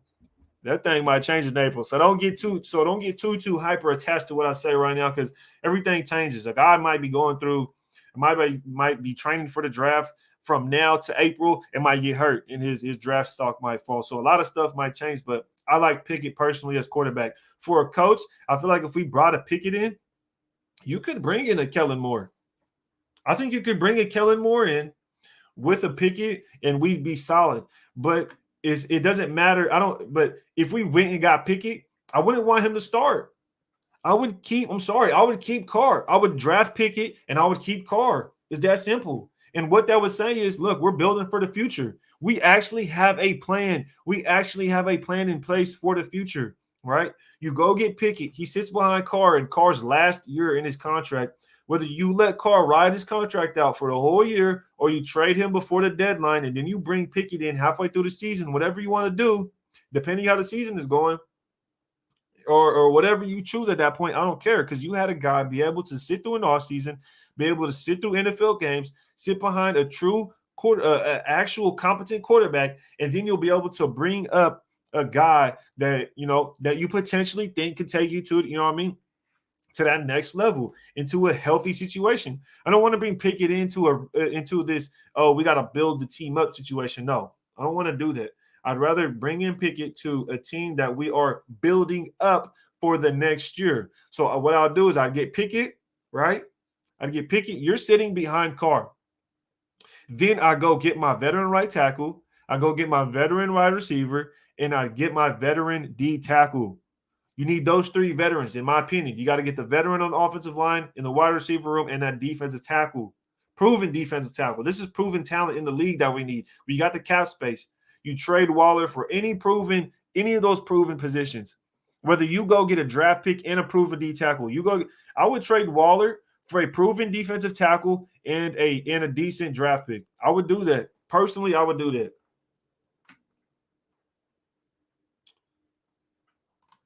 Johnny B says Kellen Moore and Carr arms a good I'm trying to think of what you're saying right here, man. Kellen Moore and Carr arms a good draft. Okay, yeah, you said draft. Yo. I don't know if JJ is 100% committed. JJ's not that good. I don't care. Like, JJ don't have to be committed. He could go to a different team, and but he's just not it for us, man. Raider Luck says on point trade or trade Carr and Waller and go get weapons. I would do that. I would trade Carr and Waller together if we can get a nice. I wouldn't, even if they were separate, but I wouldn't want the rookie starting. I don't want him coming out and starting, yo. I just don't want that. I don't want that. Troy Romero, appreciate you pulling up. He says, at the end of the day, Raid, after all said and done, do you think Mark Davis is competent enough to hire staff that'll even get us to relevant again? Please answer that question. Brother, do I think he's competent enough? I don't think Mark Davis has the competence. But what I will say is I think Mark Davis is lucky to be on this franchise. And what I mean by that is we have guys that aren't even coaching, that aren't even paid by the franchise, that are willing to go out of their way to say something about the team, okay? That are willing to go out of their way and speak up about the team. And I think that's what Mark Davis has on his side and what he needs to utilize. He needs to utilize the old players he has and ask them questions. Ask Charles Woodson, ask Louis Riddick, ask John Gruden. Even though John Gruden resigns, doesn't mean you have to stop talking to him. You ask these guys and you ask them, all right, what would be smart? Ask Charles Woodson. You think Charles Woodson would steer Mark Davis wrong as far as the Raiders organization? And I don't want Charles Woodson as the coach. I don't want Charles Woodson as the GM or anything like that, or the president. I don't want Charles Woodson that. But I think Mark Davis has a people around him he could ask, he could go to and say, do you think this is a good decision? Do you think we should do this? Do you think we should take that guy? Right? I think Mark Davis has the people around him, but I don't think he has the competence. To answer your question, I don't think Mark Davis has that competence to really choose the right person. But I think he has the people around him that could guide him into the right direction. Loyal to the soil. What Malik Willis from Liberty? What's your thought? Another Michael Vick? Michael Vick is Michael Vick. I don't think there'll ever be another Michael Vick because I don't even think Lamar Jackson's Michael Vick, in my opinion. I think Michael Vick was ahead of his time, bro. This is what about Malik Willis from you do research on Burr as well? Because I did. I watched some of his film. I haven't done a deep dive, so I can't really comment on him. From the outside looking in, I don't like him. He's not a thrower. He doesn't know how. He doesn't look like a thrower at all. And I'm not saying because he runs that he can't throw. No. He doesn't. It just doesn't seem like he's willing to really go out there and sling the ball. He's gonna make the reads, he's gonna make the checks, and then he's gonna drop back and he's gonna sling that thing. No, he's not like that, bro. I just don't like his processing or anything. And that's just me. He's a big boy back there playing quarterback, and he has some legs, but I wouldn't want to pick him up. Morrow should have caught that touchdown. I think Morrow can step it up, man. Raider Chubb says trade Waller to the Jets for Q Williams and maybe a pick. Ooh, bro, I'd love to do that. If we could trade Waller for Q Williams and a pick, like a second round pick, oh bro, I would like a second or a third, I'll do that in a heartbeat. I'm sorry, but I'll do that. Muhammad says, I don't know if you saw that rumor that Waller wanted a trade because of Carr. I don't know how much truth there is to that. I don't know how much truth there is to that either, my boy. But I definitely wanted to bring this up real quick.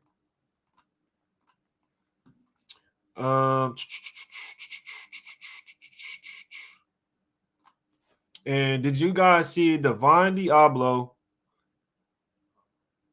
Let me see if I could bring this up so y'all could watch this, add this to the stream. If y'all can hear it nice and clearly, let me see if I can turn it up. Personally, I feel like a lot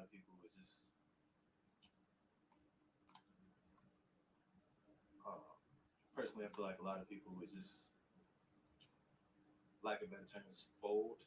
They'll just lay down and come to practice, not ready to practice. And I know I'm a rookie, but I don't want my teammates to do that. Make sure they're ready to practice. And why is this showing up like that? I mean, Divine Deablo. Was y'all able to hear that? Was y'all able to hear Divine Deablo? What is that? University of Phoenix. Please no. Not University of Phoenix. Was y'all able to hear that? We got a rookie linebacker who's barely played. Oh no, y'all couldn't hear that. Oh, someone said yeah. Some people said no. Let me see. Matter of fact, I'll pull it up on my phone and I'll play it for y'all. I don't know why y'all wasn't able to hear that one. I don't know why y'all wasn't able to hear that. Let me play it one more time for y'all. Personally, I feel like a lot of people would just, lack of better terms, fold. They'll just lay down and come to practice, not ready to practice. And I know I'm a rookie, but I don't want my teammates to do that. I'm going to make sure they're ready to practice, and we bring that intensity every day. Was y'all able to hear it that time? Was y'all able to hear it that time? You got a rookie linebacker, yo. We got a rookie linebacker that's only played in 2 fucking games. That's only played in 2 games. Calling the defense out. Derek Carr couldn't have done that. Yannick Ngakoue, before he ran up to the middle of the Chiefs logo, he couldn't have done that. Yannick Ngakoue too busy running to the middle of Chiefs logo, doing some crazy stuff, bro. Some ridiculous stuff. Like, why? Why would you go do that? You know what I mean? But I just wanted to get that. I'll be honest. I just wanted to get that out of the way.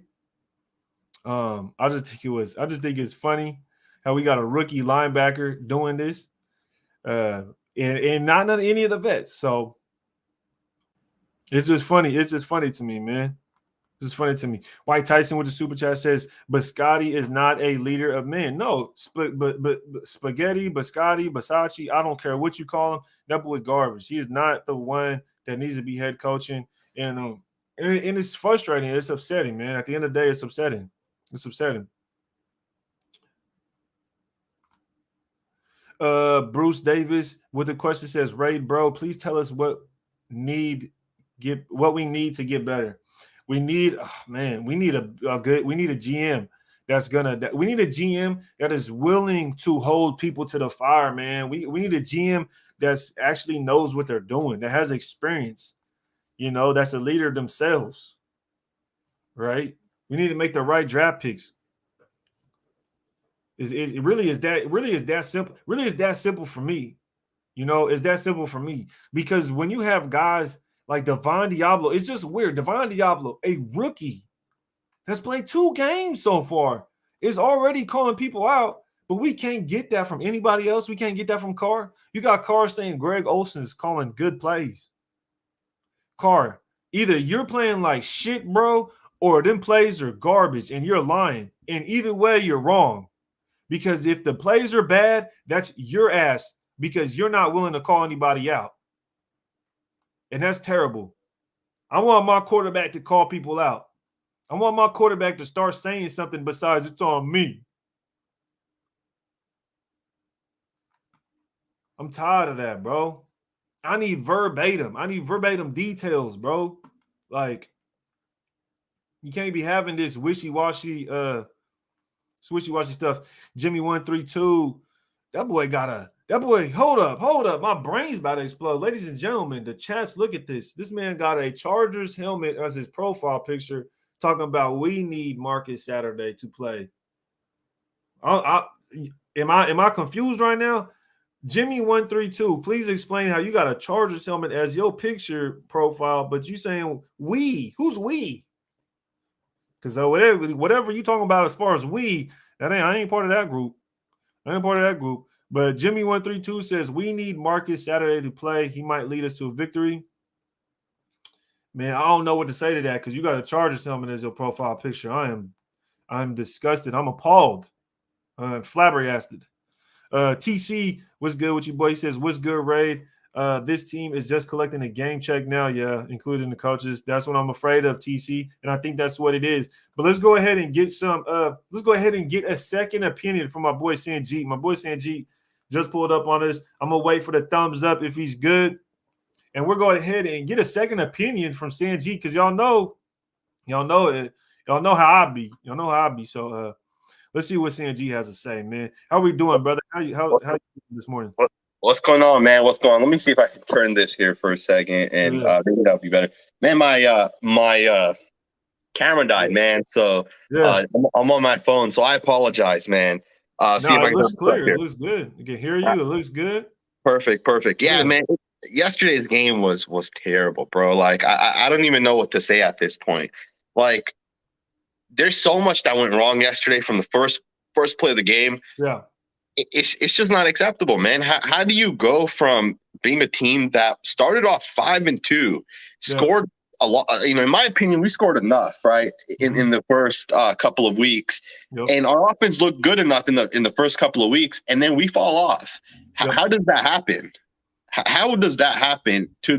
Is it the coach? Like, was John Gruden actually a good coach? Like, what do you think about that? Like, was that what happened with this team? Was John Gruden a good coach, and it just happened to be that when he got canned, that the current coach just isn't a good coach? It's honestly it's both. I think Gruden was a good coach, and then Rich Bisaccia is a terrible head coach. So I think it's both.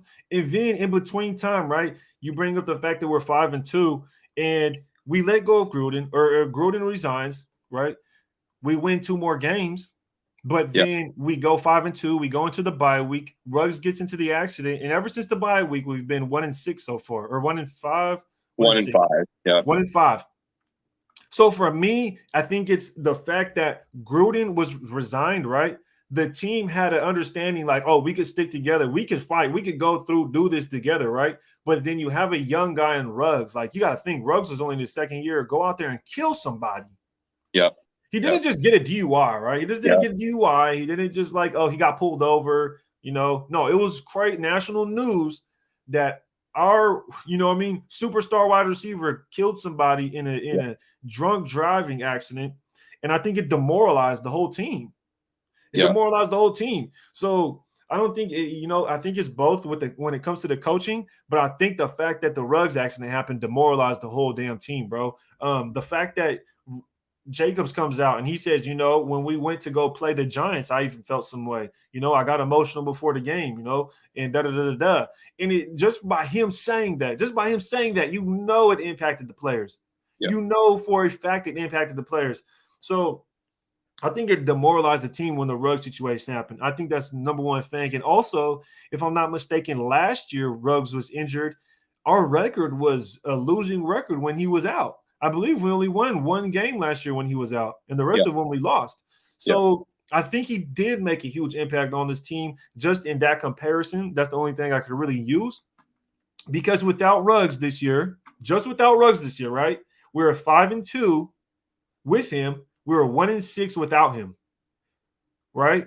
Without Gruden, we were 2-0. And then we lost Ruggs, and then we lost the rest. So for me, it's kind of like, man, I think Ruggs was that dude, man. He was a threat downfield. Not only was he a threat downfield, you probably couldn't even cover him if you wanted to, stay over the top because he was so fast. So honestly, man, it's hard to say, but with Ruggs, we were 5-2. Without Ruggs, we were 1-5, bro. It's crazy to me to think that, like, yesterday Derek Carr threw the ball 45 times. Mm-hmm. And of his 45 passes, 34 of them were 6 yards or less, right? 15 of them were 1 yard or less. A third of Derek Carr's throws were 1 yard or behind the line of scrimmage. Is our scheme that bad that we can't throw the ball 15 yards downfield or 20 yards downfield? Like, is it that hard to have an extra guy stay in, block, 2 guys if needed, block, make sure there's time, and allow Derek Carr to attempt something 15 yards downfield? Like, teams aren't scared of this offense, right? Yeah. Like, let's be honest. Minus the Cowboys game, we've scored 12.5 points per game in the other 5 games, right? In the 5 losses, 5 of the last 6 losses. It's just crazy to me that we're continuing to do the same thing over and over and over again, and we're expecting a different result, right? If you're scoring 9 points a game, do you think we're going to just one day score 30 and just start going forward, scoring 30 points a game? Like, it's not going to happen, right? And I don't necessarily blame Derek Carr for yesterday's loss, right? The offensive line was bad. Foster Moreau, dropped a catch right in his hands, which led to an interception. Multiple fumbles from multiple different players. Not saying that Derek Carr was perfect by any means, right? You throw the ball 45 times and you have 260 yards. That's not acceptable, right? You throw the ball 34 times less, 6 yards or less. That's not acceptable. And there were multiple times that I counted yesterday where Derek Carr kind of just stood there, doesn't do anything, and then he just gets sacked, right? Yeah. And, again, it's not 100% on Derek Carr. That was really a team loss yesterday. But, there's games in the past that we've said was Derek Carr's fault, right? Yeah. Or at least, Derek Carr could have potentially done more. Do you think this organization from the top has already given up on this season? Because we're 1 game away. The top, the last 2 spots in the AFC playoff pictures, we're 1 game away, right? We're 6-7. I believe those 2 teams are 7-6, and we play both teams. We literally play both of those teams still. So we're not out of the playoffs. We're still in the hunt. It's not like no one's been in the current spot that the Raiders are in and haven't made the playoffs, right? I almost feel like we've kind of given up from the top because, again, I'm not saying Derek Carr is the issue, but we have no spark on the offensive side of the ball. And I truly believe that a switch at quarterback could spark the offense, right? It could spark the team. It seems like we're just flat at the moment, right? I don't know. It's just unfortunate. I think just to comment on what you were kind of saying, I think we're not able to throw down the field because I don't know if it's whether Carr standing up in the pocket is getting sacked, kind of like, you kind of iterated that, or if the line just can't hold up, so we can't really look downfield because they keep getting blown up. Like, honestly, I just felt like the line was just not holding up well. And then even the plays to where we threw it more than 5 yards, the motherfuckers was fumbling, bro. I was like, what is going on, bro? Like hold on to the ball, my guy. I don't know what that was. And then just to add on to, as far as the quarterback situation, look, when we had no signs of bringing in Mariota, that worries me the most. I think that's what worries me the most right now is the fact that we're not even looking to bring in Mariota. Why? Yeah. Whether Derek Carr had a bad game or not, bro, we're down, getting brutally beat. At what point do you bring in Mariota? Like, what are we like? It's just showing it kind of what you say. Are we giving up? Are we just saying we're just going to let these guys ride it out regardless what happens this season? Whoever's out there is out there. They play. Whatever happens, right? And that's kind of the vibe I'm getting because how do you just not bring in Mariota? Whether Carr is bad or not, whether you like Derek Carr or not, whether you want him benched or not, bro, you bring in the backup when you get beat that bad. In the fourth quarter, you bring in the backup when you're getting beat that bad. And I know some people will bring up, well, Mariota's on a snap count because of his contract. I don't really know how much truth there is to that. I haven't really looked into it myself, whether, he gets so many snaps, he gets paid, $10 million instead of just whatever he gets, paid right now, 3 or whatever. But I don't know. And if that's the case, then okay, I get it. But damn, at some point we need to do something different, and we're not. We're just not. Pacey and Cunningham with the super chat. Appreciate it, brother. He said, did leaving Carr in a blowout mean they were endorsing Carr moving forward, or that it was his last game in KC as a Raider? I'll go ahead and let you take that one. Brother.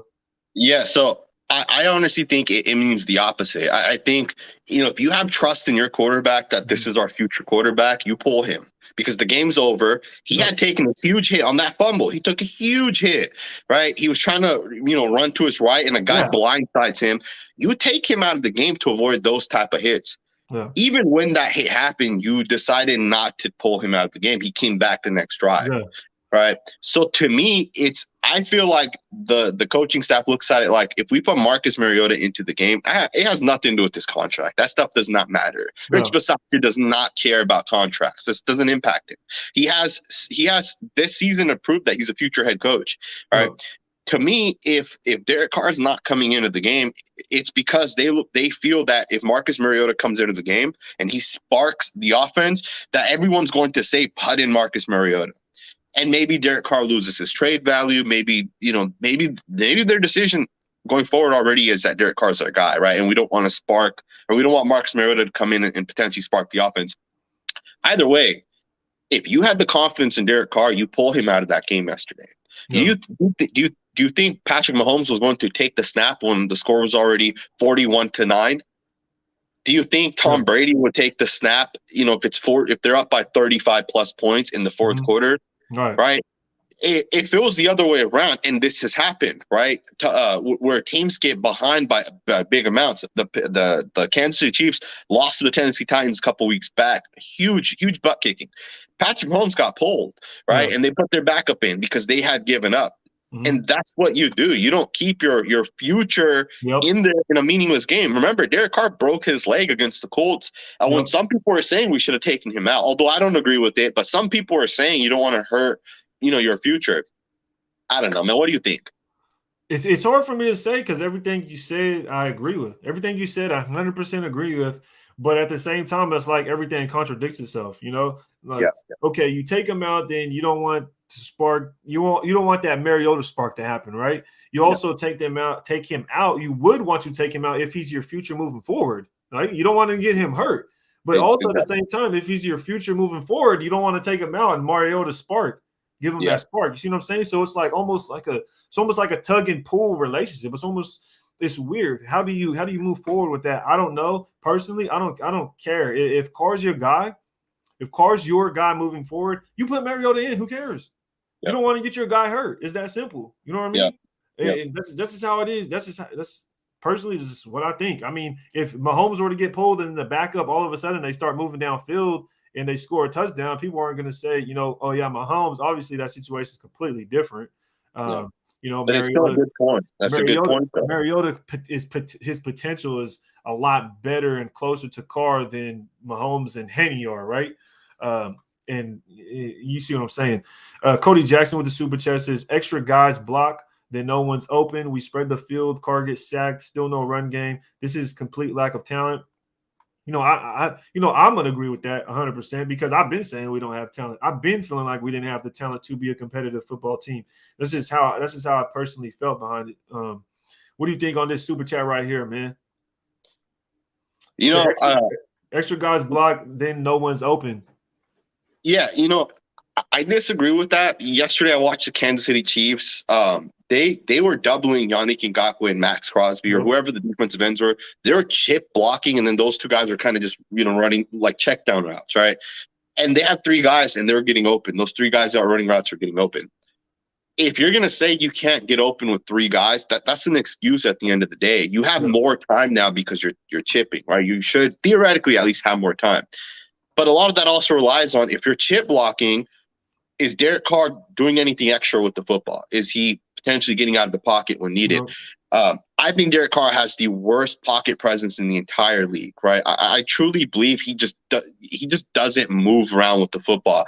And John Gruden talked about it a little bit, I believe last year, coming into this year, that he wanted Derek Carr to improve, and he felt that Derek Carr had improved last year, and he wants to have him continue to improve coming into this year. Derek Carr did improve last year. Actually, Derek Carr looked much better last year. But this year, he's taken huge steps back. And I think that's one of the reasons why this offense has been bad. Now, I will also say this, right? You got to be honest. The O-line yesterday did not perform well, right? O-line, probably the worst offense line or a bottom 5 offense line yesterday. But don't think yesterday has been every game going backwards. It hasn't been. Our offensive line's been pretty good the past couple of weeks prior to this week. This week is different. We're terrible this week. But this is one game, right? The Derek Carr's been struggling the past 5-6 games. This is one game. So don't say that this is what the offensive line has been. Now, in terms of not having weapons, that's its own argument, right? I think the Raiders have enough weapons. I don't think weapons are that big of a deal as opposed to winning or losing. That too. How many weapons do you need to put up more than 9 points? All right.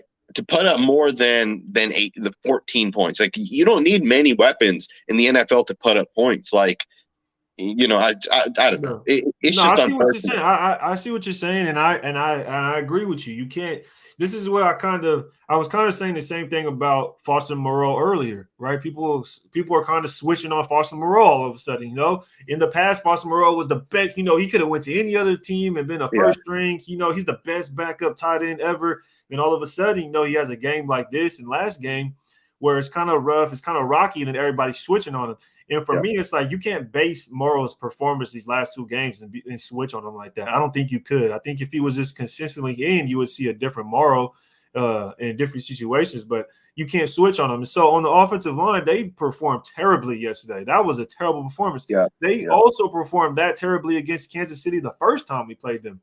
That wasn't the first time they performed that bad, okay? So they have not been good really against Kansas City. Now, as far as Derek Carr, I like Derek Carr. I think he's a competent quarterback. As far as having a worse pocket presence, I don't think so. What I would say is I'll agree with this, though. I don't think Derek Carr trusts his line, and I don't think he trusts his wide receivers. I don't think he trusts his offense at all. And I think that's what we're seeing from Derek Carr. This Derek Carr from the first half of the season does not look anything like this second half of the season. And I think that's why we're seeing that. Let me ask you a question on that. I'm sorry to cut you off, but I want to ask you this.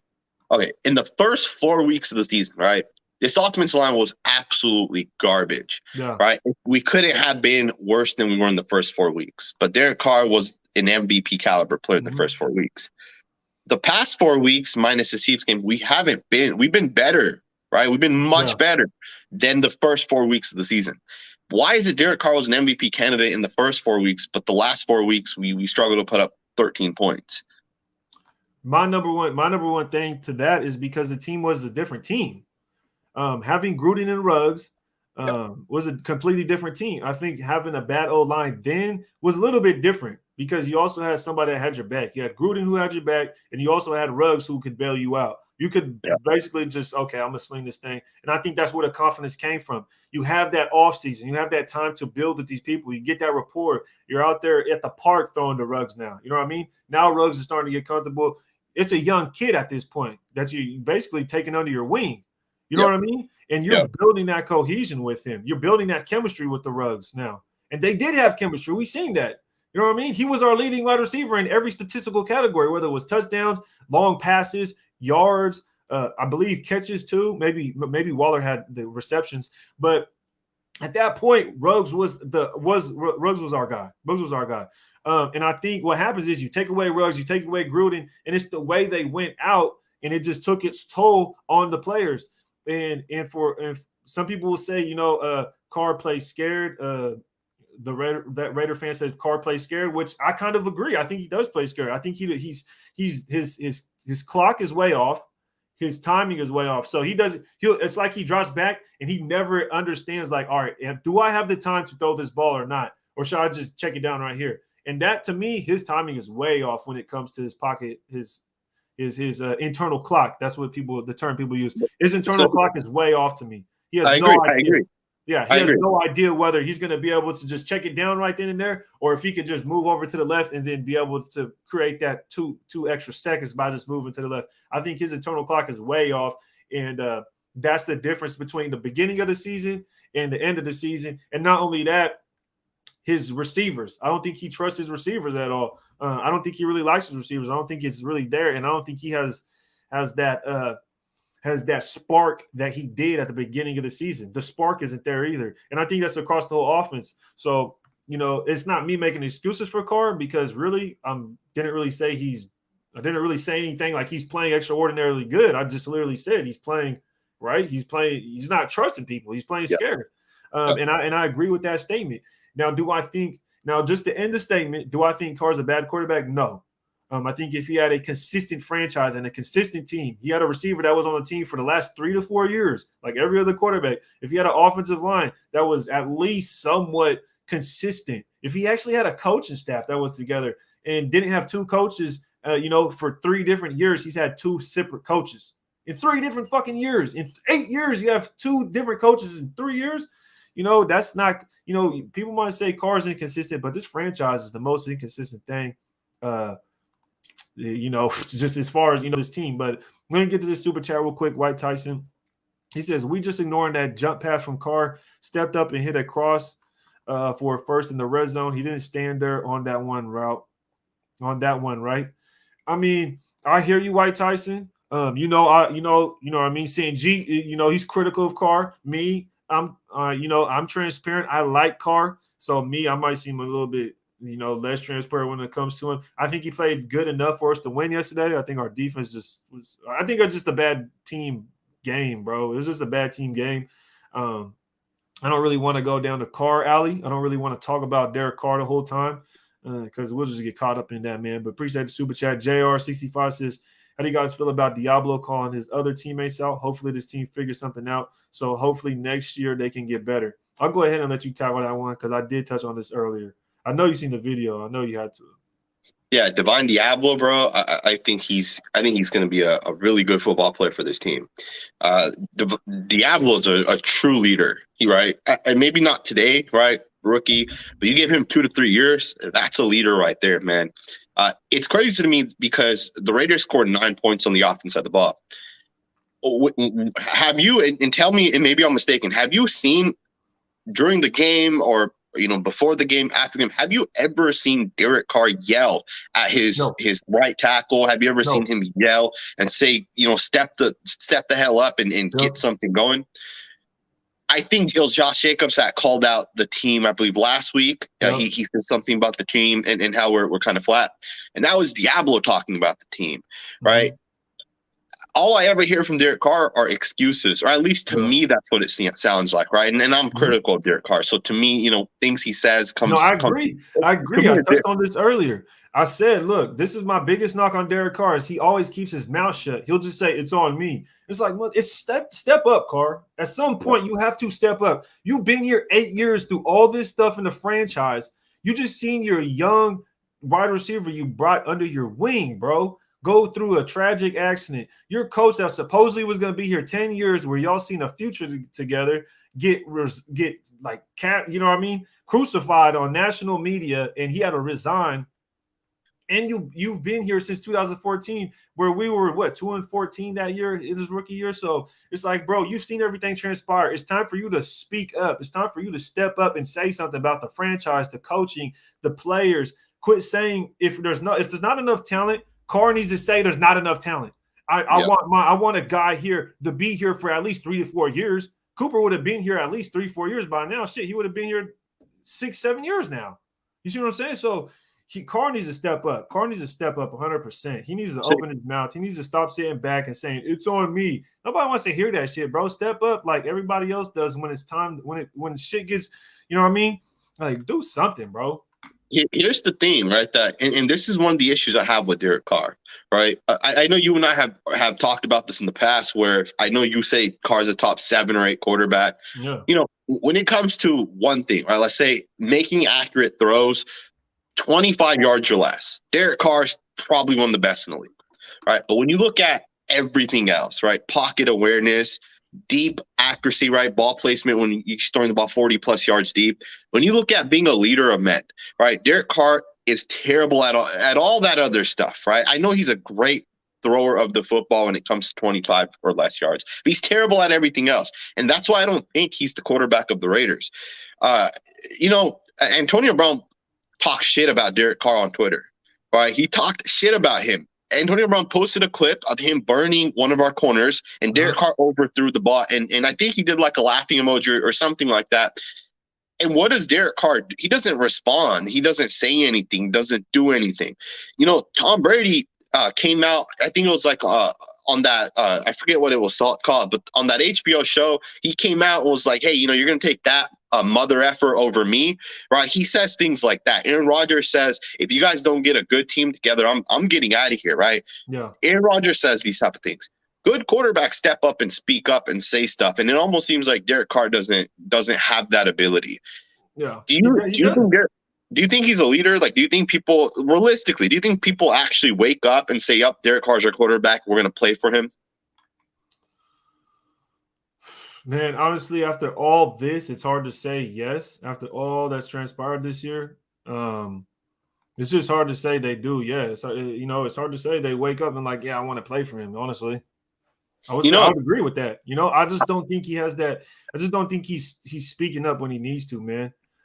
You can't just keep taking the beating, even if even if it's not your fault, whatever the case may be. You just can't keep taking the beating. At some point, you have to be like, "Yo, this is it." You know what I mean? I'm putting my foot down. So, I mentioned this to you in the past. I think the last time we were live together, I talked to an NFL agent, right? Yeah. Represents players, and just chatting with him, talking to him about what some people feel about Derek Carr around the league. Receivers don't want to play with Derek Carr. They literally do not want to play with Derek Carr. And I know, we say, oh, well, we didn't want Amari Cooper. We cut Antonio Brown. We decided not to re-sign Nelson Aguilar.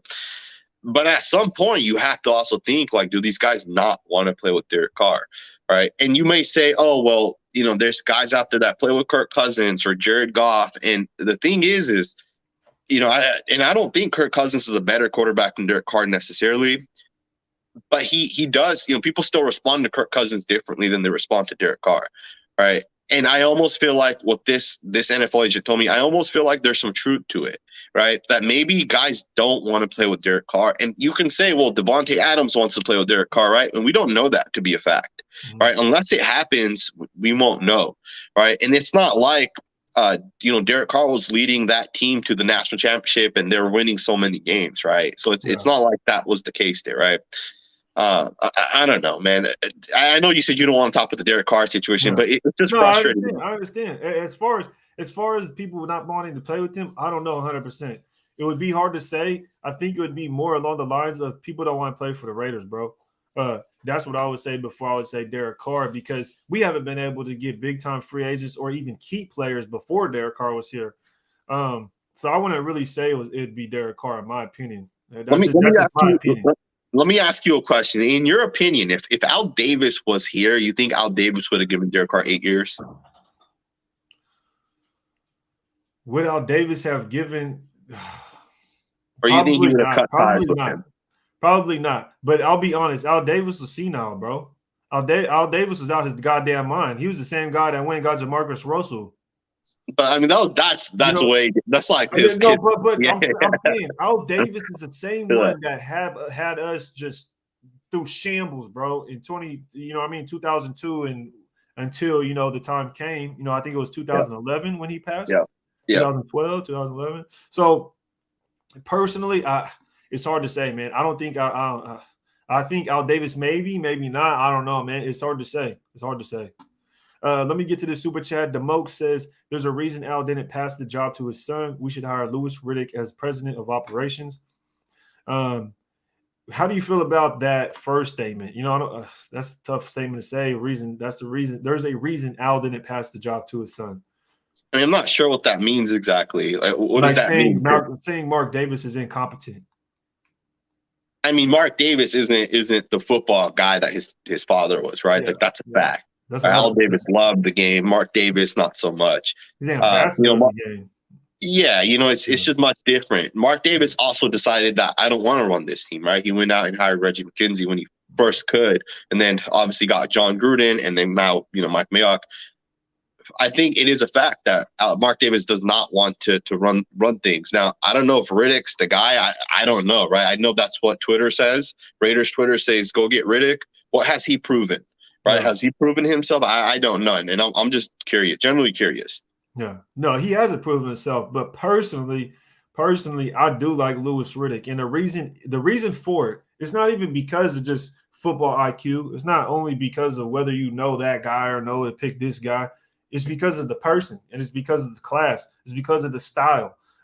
At the president position, right? And this is where it was for me when it came to people like, oh, we should get him as GM or a 9. Then someone was like, I'd rather him be a president than GM.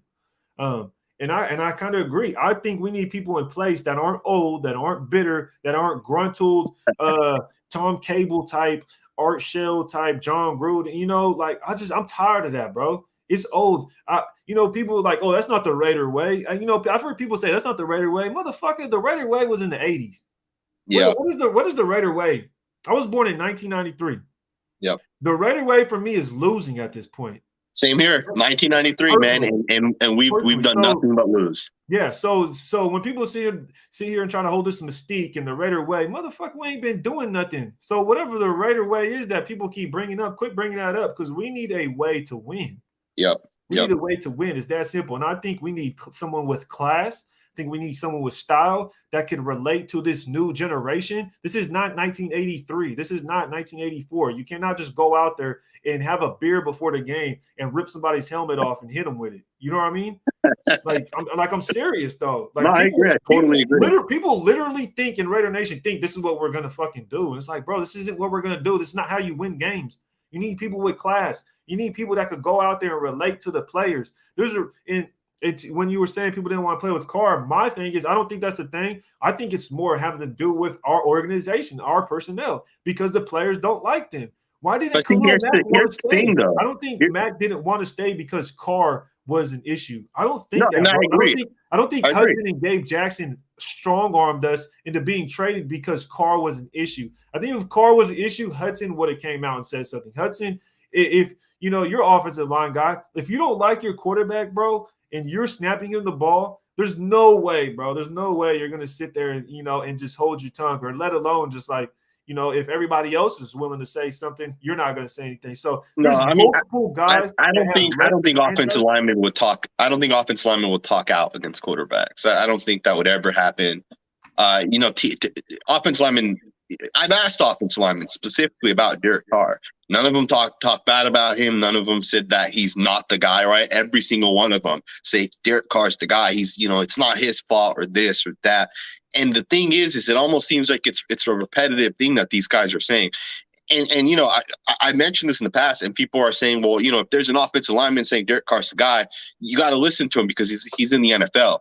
Offensive linemen aren't scouts. Offensive linemen, especially current offensive linemen, they don't watch quarterbacks and they don't do that kind of stuff, right? It's not until after they get out of the NFL and then they start looking at the game of football where their perspective may change a little bit, right?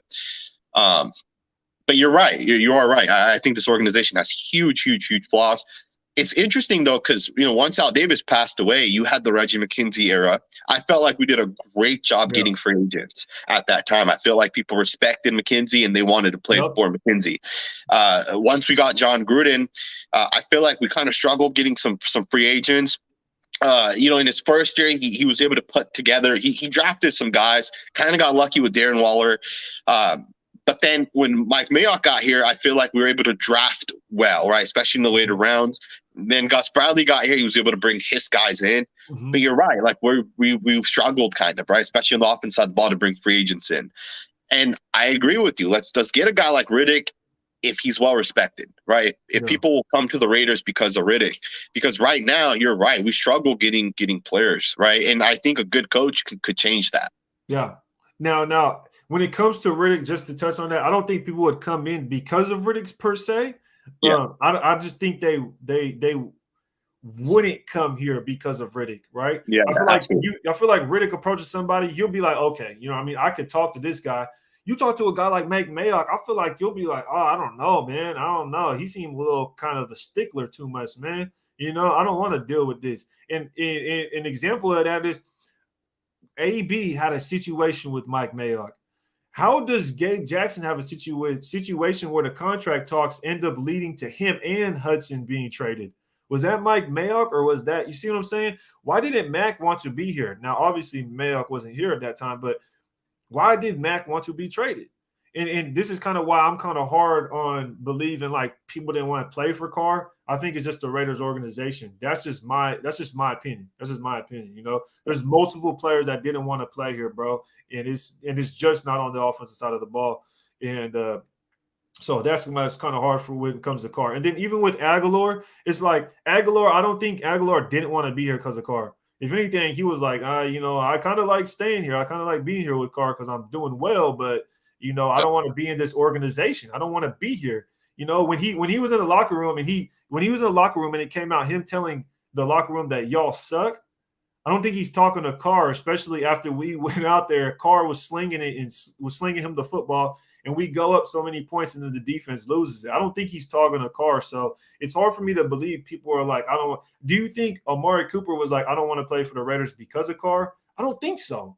I personally don't think that. I just think he didn't want to play for the franchise. So, and then AB may have said something about Carr, but AB wasn't the one. You know, AB was calling Mayock a cracker way before he was tweeting stuff about Carr, which I don't condone that. You know, AB needed to get out of here after saying something like that because that's just absurd. You know what I mean? Especially this franchise giving, you know, so many people of color opportunities, women opportunities to be. So AB was on a different height, bro. It's hard for me to believe that, but Van Guy says, I love Carr, but this organization doesn't love him. It's time to let him go to someone else who can utilize his skill set. 8 seasons and 5 different head coaches, no consistency at wide receiver. And that's kind of what I touched on earlier. I think it's people will say Carr is not consistent, which I would agree. But my excuse, right? People will say I'm making excuses, is that the franchise isn't consistent. The franchise is not consistent. How do you draft 2 first-round wide receivers and neither of them with you longer than 3 years, bro? How? That does not make sense. You're telling me we drafted Amari Cooper in 2017 or 2015. We turn around and draft Legs in 2019, and we have neither of them, bro. I mean, the Ruggs situation is unpredictable. Bro, right? We have neither of them. I mean, that's true. I agree, but Ruggs would be here. We went and traded for Antonio Brown. He didn't play a single regular season snap for us, bro. That's 3 different wide receivers. That's 3 wide receivers. Hold on. That's 3 receivers that should potentially be our superstar number 1 wide receiver. None of them are with us, and that's within 6 years. That's within 6 years, Sanjit. There's no excuse for not having consistency at wide receiver at this point. AB, Ruggs, Cooper. There's no excuse, bro. Who's our best wide receiver outside of those 3? Are you saying that we've had since Derek Carr's been here? Yeah, I'm just saying since 2002, bro. You tell me. I mean, I know we had Randy Moss, but you know, obviously, I was no quarterback. He did not want to be here. Exactly. Yeah. Exactly, bro. And who was the quarterback then? Yes. No, and I agree, man. You know, it's crazy because people always 5 different head coaches. Yeah. We've had 3 seasons under Carr with 2 different head coaches. There's no way you could tell me that it's Carr's fault we had 2 different head coaches his rookie season. Yeah. Now, just to touch on Van Guy's comment here, he's saying to let Derek Carr go elsewhere that'll utilize his skill. We don't know. We don't know if Derek Carr is going to have success in this league. You know, I'm going to say I don't think he ever has success in this league. I think he's too inconsistent, and I think when he gets hit, he starts seeing things. His internal clock is fast. You know, it starts clicking faster than it should, and those type of things. It's the difference between a good quarterback and Ryan Fitzpatrick, right? I think Derek Carr is just a little bit better than Ryan Fitzpatrick, right? And it's just what I see Derek Carr as. I just don't think he has it. It's been 8 years. He's never shown that in minus 1 year, which he had a good year, but outside of that 1 year, he's just never shown it. And there's been other quarterbacks that have had one good year, right? I just don't see it with Derek Carr. And again, I don't know if the Raiders are going to go into next season thinking Derek Carr's the quarterback. I would be highly surprised if they go into next year and there's no other option at quarterback, either a rookie or someone else. I would be very, very, very surprised. Surprised that – say one more time. Surprised that there's no other option or surprised there's no other option outside of Derek Carr. I would be very surprised. I'd be. I want to say that because I do like. I texted you. I like Kenny Pickett, bro. So yeah, I don't know, man. I would take Pickett and have him sit behind Carr this his last year. And no, so that's what I mean, though, right? Is if we took a quarterback and we kept Carr, that would make sense, right? Yeah. Because then we're making the change that we're not rolling forward with Carr. But I'm saying is, like, let's say we get rid of Marcus Mariota, we bring Nathan Peterman back, and then going into next year, Derek Carr's our starter with Nathan Peterman back in the month. I would be surprised if that's the situation we're in, right? Okay. You would be surprised. Oh, okay, I see what you're saying. Yeah. You know, I wouldn't be. You know, it's hard to say, man. It's hard to say because we'll talk about logical stuff, how to move forward, right? Yeah. But what are the Raiders going to do? Right? What are the Raiders going to do? We can sit here and talk about, this would be logical, right? Go get your quarterback. He'll sit behind Carr. He can get groomed, and then you could stack your talent, stack your team, build it how you want for 2023.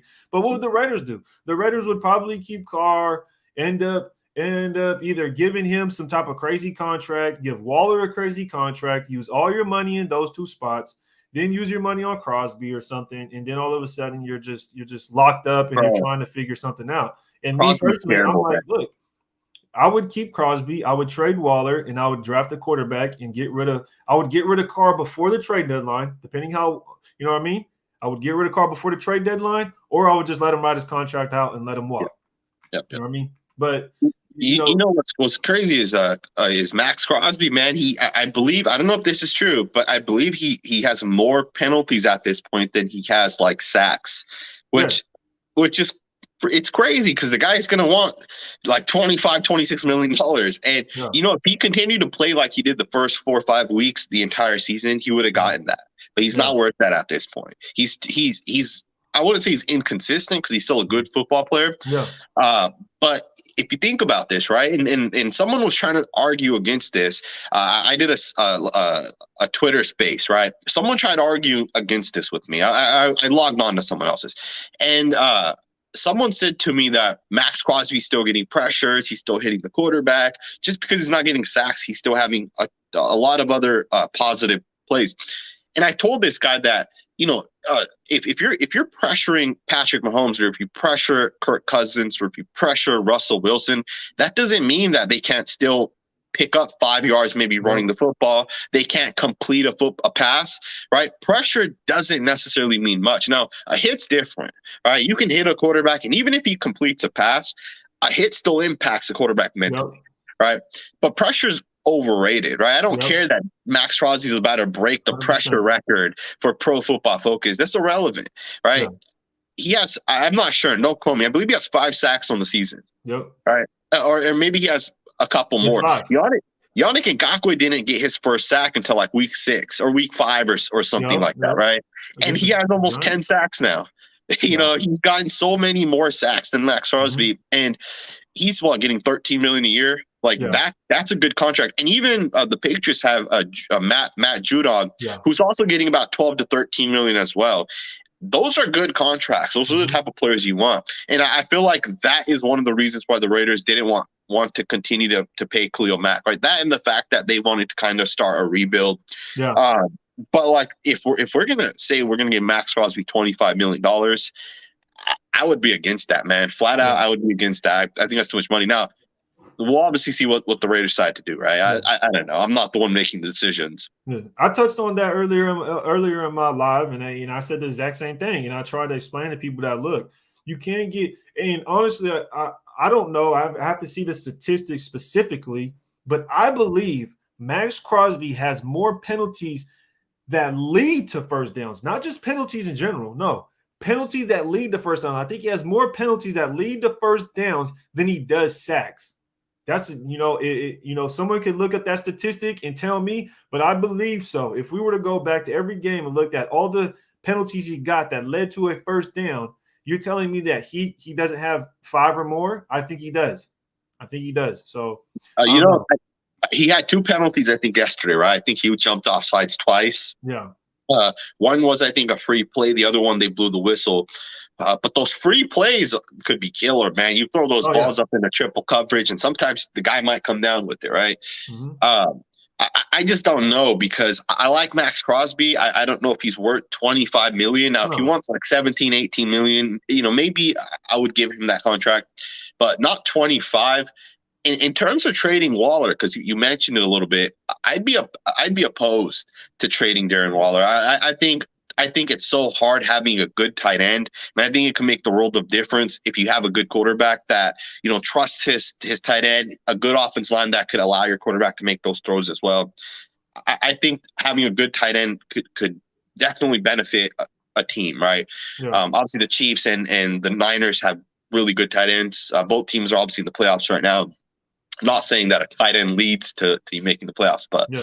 I don't know. I think tight end is just a really hard position to come by, and I think the Raiders have a good one right now.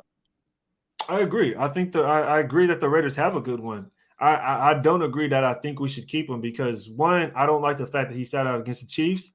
I said it 3 weeks ago that if you don't play against the Chiefs, you don't want to be here. That was just my opinion, of course. That was just, me just throwing out speculation, another term you could use. But look, an IT ban is keeping you out for 2 weeks. You didn't even practice at all, and you can't play against a division rival when it's the playoffs or bust type of games. That's unacceptable for me. You came into the season hurt. How do you come into the season hurt, right? With some problems. Not only that, you're going on from 29 to 30 years old, and not only will you be 30, you will want a contract that's 18 million or more.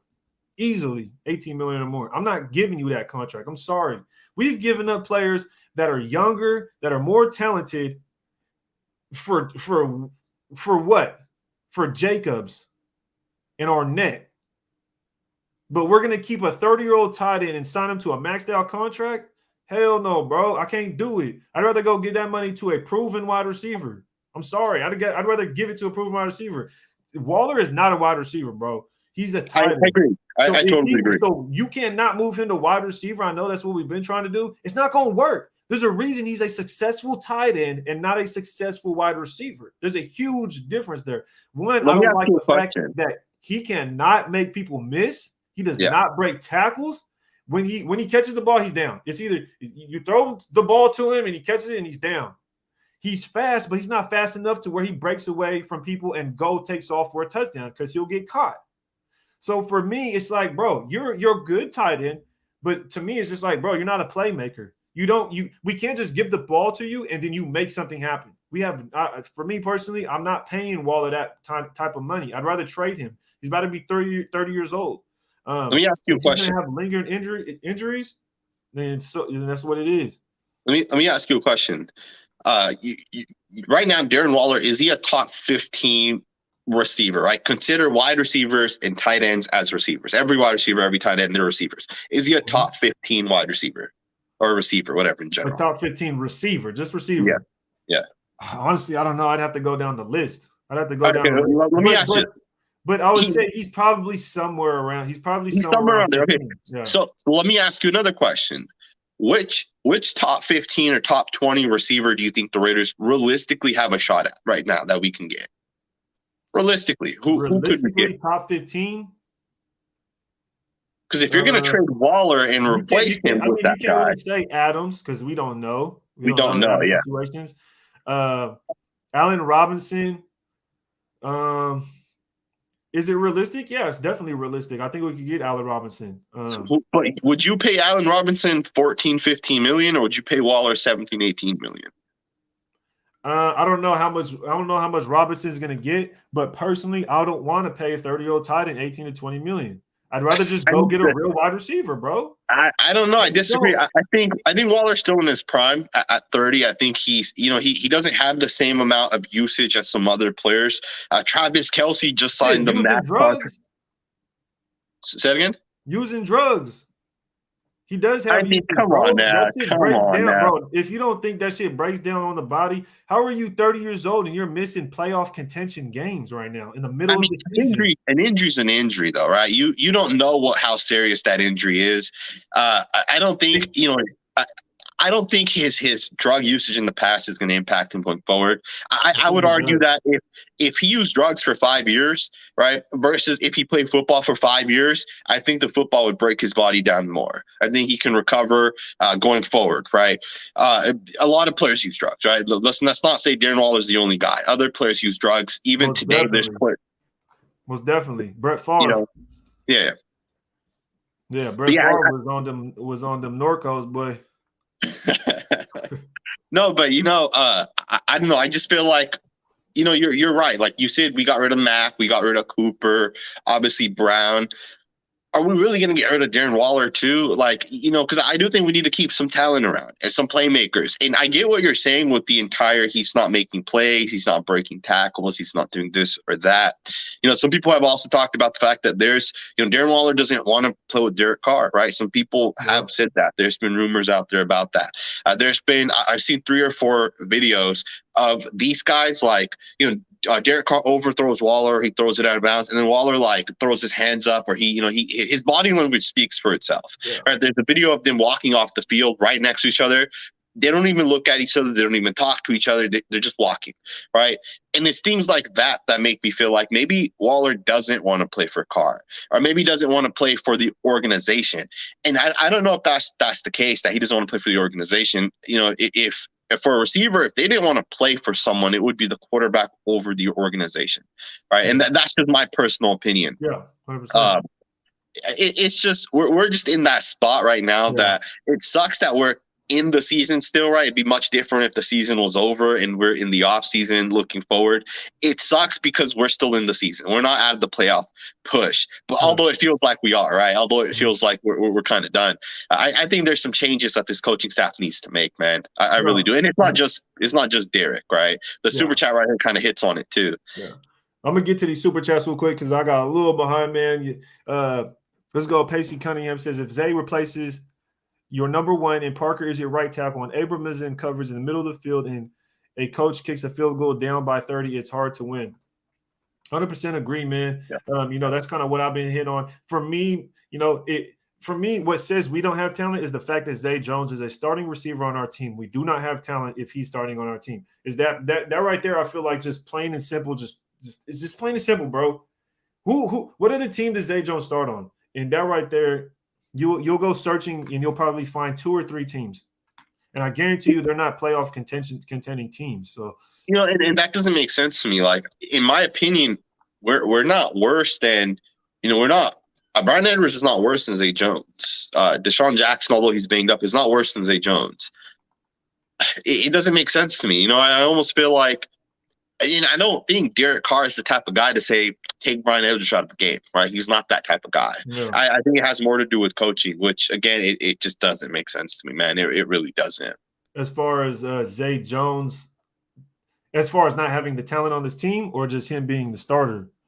I don't think the Raiders lack talent if Darren Waller's here, right? But without Darren Waller, like yesterday, we lacked talent, right? For sure, we lacked talent. When your offense line's getting beat, you can throw the ball up to certain guys that maybe are able to separate quickly. We don't have that, right? Yeah. We don't have that right now. 100%. Hollywood Silver says, love y'all film breakdown, guys. O-line trash, can't run the ball. We look badly coached, tired of not getting off the field on D on 3rd down because of a flag. 100% agree with everything, because this is kind of all of what I've talked about. And it still stands true. I mean, it's still all the same. We can't run the football. We were built to run the football, and I keep trying to tell people this, and people will argue with me and debate about how we weren't built to run the football, which is complete bullshit. You don't go draft Leatherwood unless he wasn't. You didn't get Leatherwood to be a pass blocking right tackle. He was supposed to be a run mauler. You don't draft the 1st round running back in Jacobs as a catching running back, as you know what I mean? He's not that. So you can't tell me this team was built. So 100% agree with Hollywood Silva. Let me go to let me get down the chat real quick.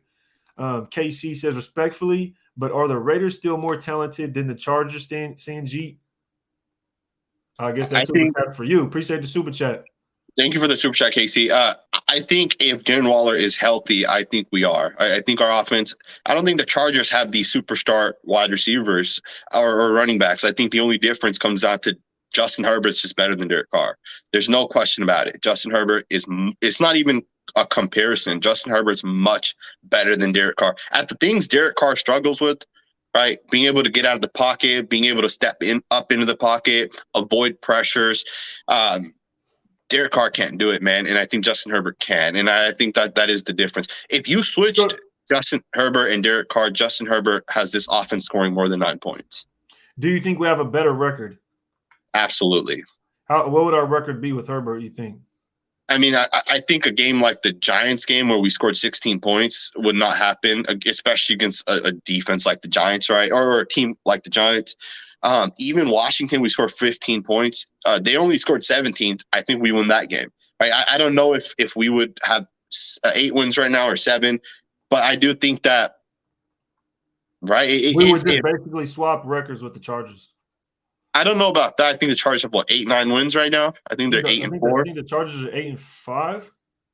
Yeah, so I mean, I could see the Raiders having 7 or 8 wins, absolutely. If Derek Carr's not the quarterback, I mean, you can go down the list of our losses this year, and you can say which games Derek Carr has lost. The thing is, for me, I wouldn't gauge it based off of how we lost. That's the thing. I wouldn't gauge it based off that. I would just say you put the guy on the team. Now, with this guy on the team, do you see him doing better or worse, or do you see us doing better or worse? And that's kind of how I see it. I don't see, personally, I think Keenan Allen alone is better than any talent we have on this team. He's better than Darren Waller. To me, there's no discussion. Keenan Allen is better than Darren Waller. Like, it's just hard for me to sit there and I don't even know why that would be a debate. But to you think Keenan Allen's not that good. Now, you could go watch Justin Herbert and the way he plays. He does sling that thing downfield. I do like Justin Herbert, but I mean, you can think about this. Have you seen the contested catches Mike Williams makes? Have you seen some of the passes? I'll be honest, I have not.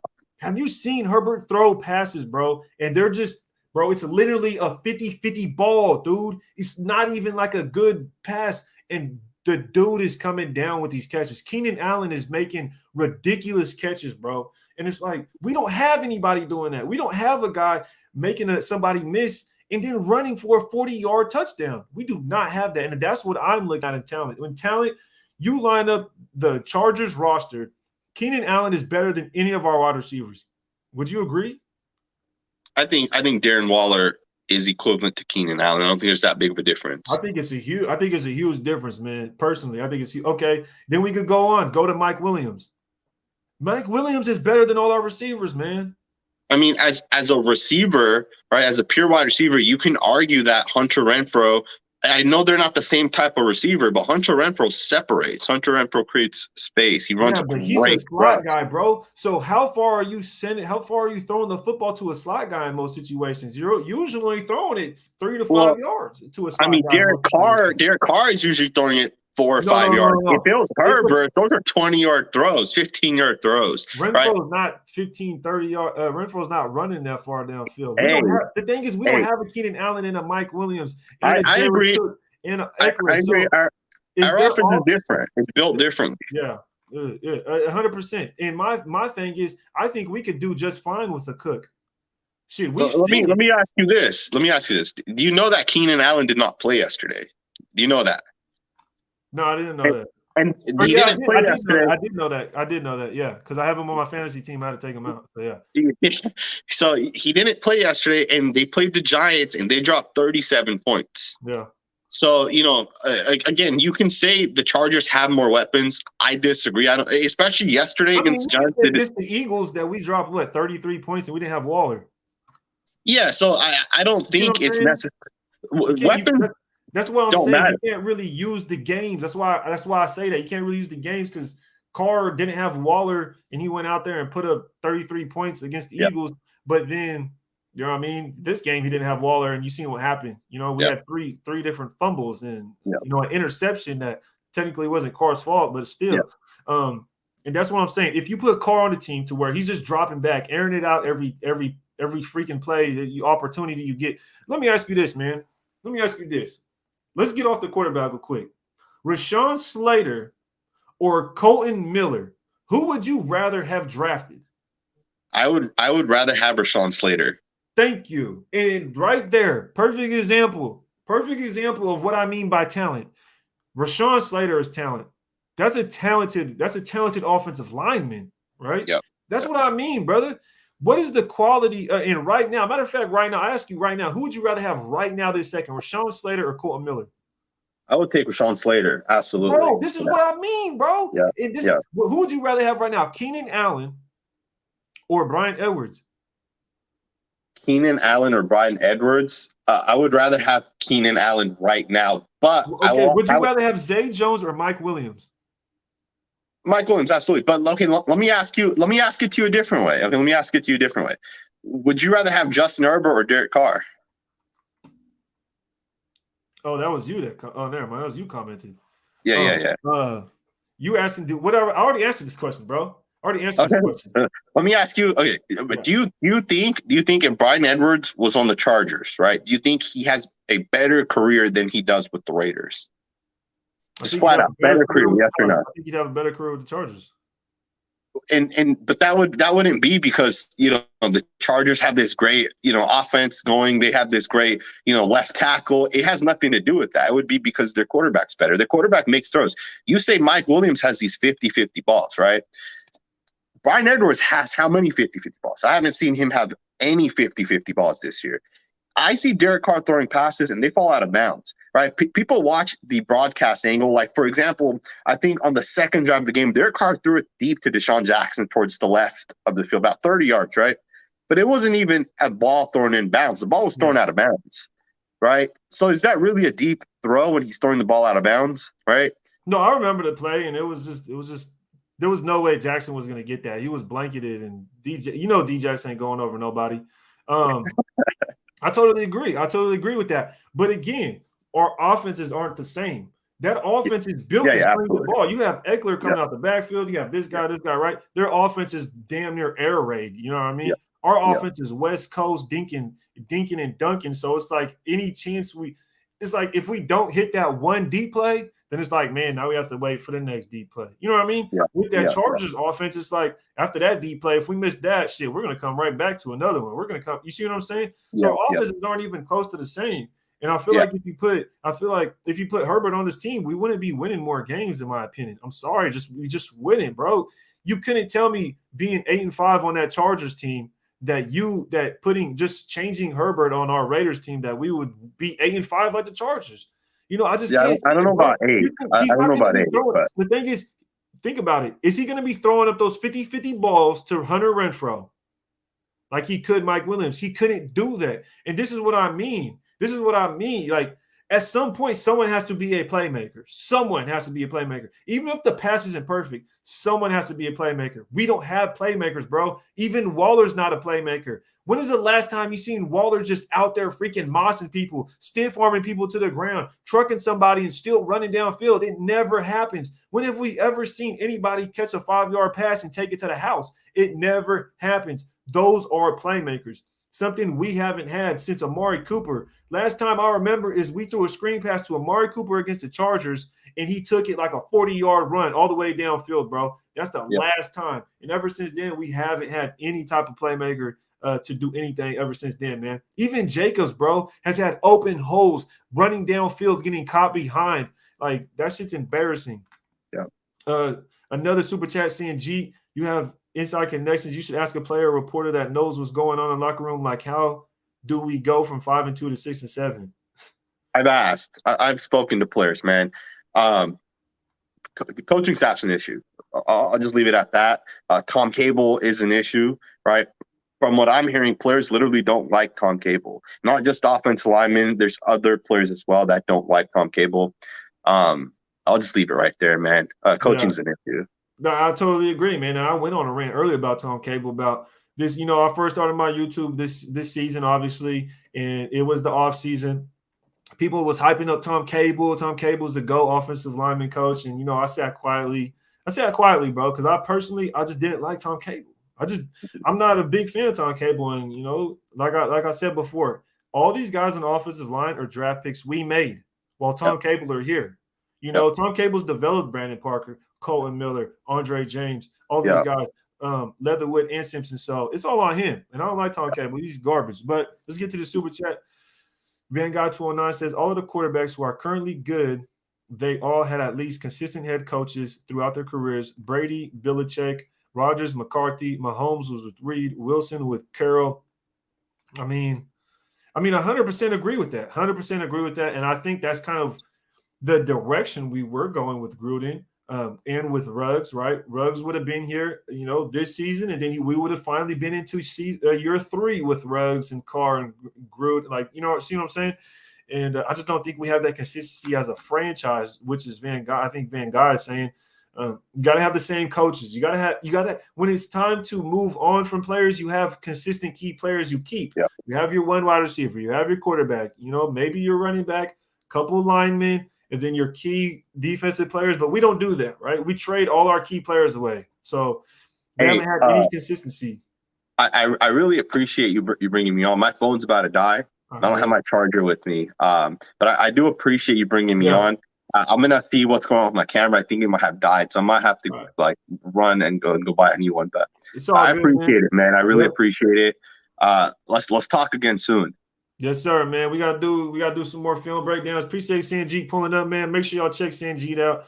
If you want to drop your Instagram, your Twitter, if you want to let them know where to find you. I'm sure everybody knows who you are, but go ahead and let them know what's good. Yeah, man. You guys can all find me. Just literally Google Sanjit T and all that stuff comes up, man. I'm on Twitter, Instagram, and of course YouTube. So check me out. Again, I really appreciate you, man. Like for real. So I really appreciate it. All right. Appreciate it, brother. Be cool. Yep. You too. You heard the man. He said Google him. That boy said, G, crazy. Just Google him. 100% Van Guy. I agree. Let me get this next super chat. Tartan Raider says, Mayock and his good characters, Bowden, Ruggs, Arnett, he can't draft. We are the only team that raises eyebrows in draft. He must go. 100% agree with you, Tartan. We definitely have to move on from Mayock, bro. I'm not a fan of Mayock. Definitely not a fan of Mayock.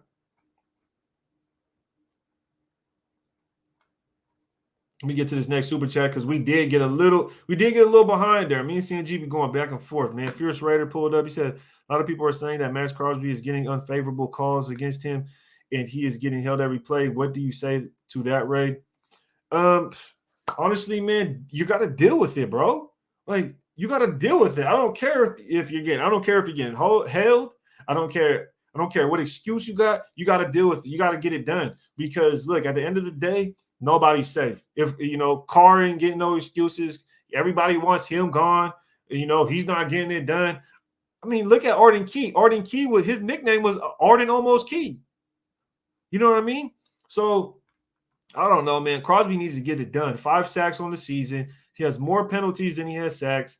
You can't give a guy a max contract after that kind of play. So it's kind of that's tough for me. It's tough for me in that situation. As far as Max Crosby, I wouldn't want to give him no crazy deal, man.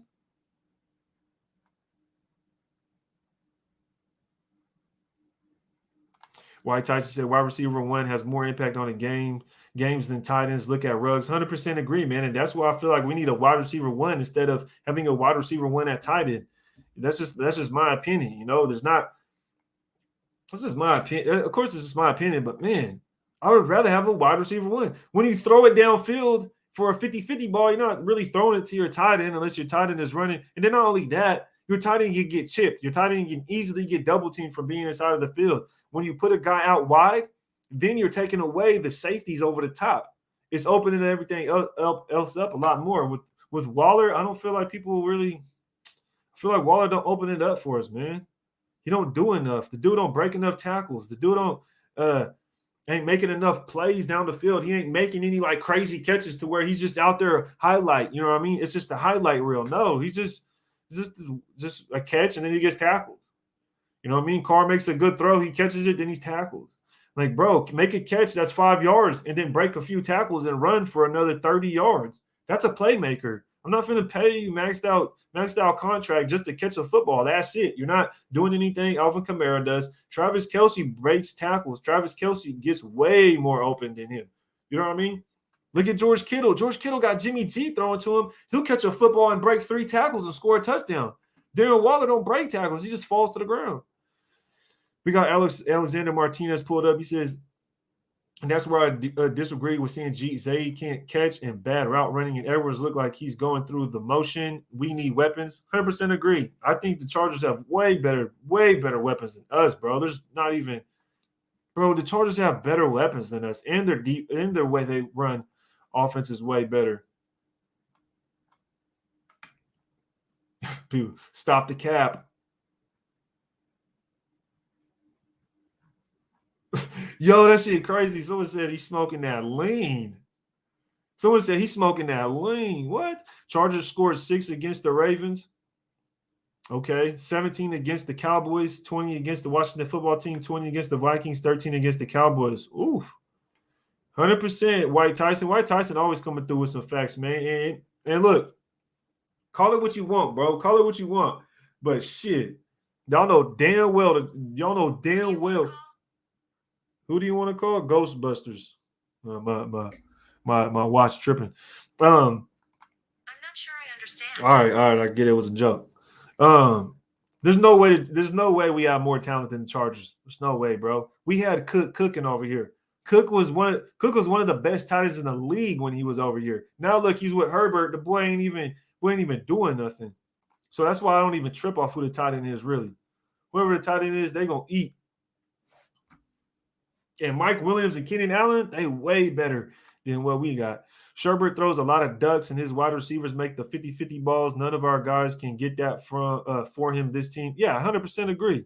100% agree. And those 50-50 balls, bro, look at this. Like, bro, these boys be out here making some catches. Like, let's go look. These are the kind of 6 AFC championships. Award-winning customer service, up to 30% off your auto insurance with Big Pilot, made for the military community. And who else? That's all. USAA, only for the military community. Let's see if we can find. Yeah. I don't want to get my video demonetized, but y'all see this. Watch. Looking that way. Down the sideline. 50-50 ball is 100%. Mike Williams. Y'all see this? Y'all see this? You damn long at the line of scrimmage. If you saw Mike, do y'all see this? All during training camp, you saw highlights of him just going. My goodness. Y'all finna tell me right now who on this team is doing that? Who's on this team doing that? Who on this team out here going up like that? Give me a break, bro. Ain't nobody on this team going up like that, boy. Not even close. Here we got Element Pro says Pat Mahomes had 5 touchdowns. He didn't even have to do anything on playmakers. Bro, Patrick Mahomes' stats outside of playing us are horrible, bro. Or horrible, Element. If you go add up all of Patrick Mahomes' stats in the last 6 weeks outside of our games, I bet you he has more touchdowns against us than he does 6 weeks combined. I guarantee you, bro. Guarantee it. He vultures Carr's touchdowns. Speaks directly to your point. Jacobs' touchdown should be Carr's. 100%. Jacobs' touchdown should be Carr's, bro. Jacobs has like 3 or 4 touchdowns alone from the 1-yard line because we threw it down there. Black Sunday says, hate to say it, but if we want D. Adams, Carr has to stay and take less money. Shit, you don't have to hate to say that. You need to just say, look, to keep it real, we want Devontae. If we want Devontae Adams, Carr has to stay and to take less money. 100% agree. 100% agree. 100% agree. But, yo, I've been on here for a cool – oh, Mo Dizzle says, who's the better option, DC, when he had Coop and Crab or Sherbert and they're 1 and 2? That's not even – bro, DC with a – that was – bro, we had a 20th ranked defense. Why do you keep going? Why are you snapping on me, Siri? We had a 20th ranked defense in 2016 with Coop and Crab. You feel me? And what happened with Coop? Coop didn't want to be here till Gruden. It wasn't like, bro, come on. Colin Williamson says we trade Nassib, Waller, Littleton, 30 million clear. Yeah. Or I think you could cut Nassib and Littleton after the season, and then you'd be able to trade Waller. But I know people on my head, boy. People out here tripping on me for wanting to trade Waller. I know. But look. Oh, here's another one. Here's another one right here. Let me see if I can pull this up. Talk about some Mike Williams. That boy Mike Williams be doing some dirt, boy.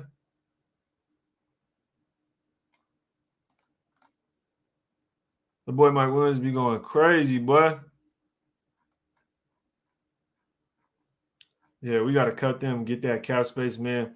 But look, everybody that put Mahomes loves Bradley's defense. Yeah, most definitely. Most definitely. Bo says, cut them, yeah. No, they don't name them. Coop dropped everything. Says Raid, what head coach and what wide receiver one does Carr need? Any wide receiver one, honestly, shoot. We need two wide receivers. And I've been saying this, but I've been on here for a minute, y'all. Appreciate everybody that's been pulling up, man. I'm finna go get something to eat. Everybody that's been supporting, make sure y'all hit the like button on the way out and hit the subscribe button if y'all new here. Appreciate everybody that was pulling up. Appreciate Sanjit for being able to make it, man. It was a good talk. Always a different perspective. Like I said, man, we don't need a rebuild. We just need to build. You feel me? You need to stack that talent up. Appreciate everybody that's pulling up. Make sure to follow me on Instagram at Raid the Tape and hit me up on Instagram and Twitter at Raid the Tape, man. If y'all want to stay linked in, definitely respond to DMs, and whenever I can, I post and interact a lot more on Instagram and in the social settings. So I appreciate everybody pulling up. Until next time, y'all.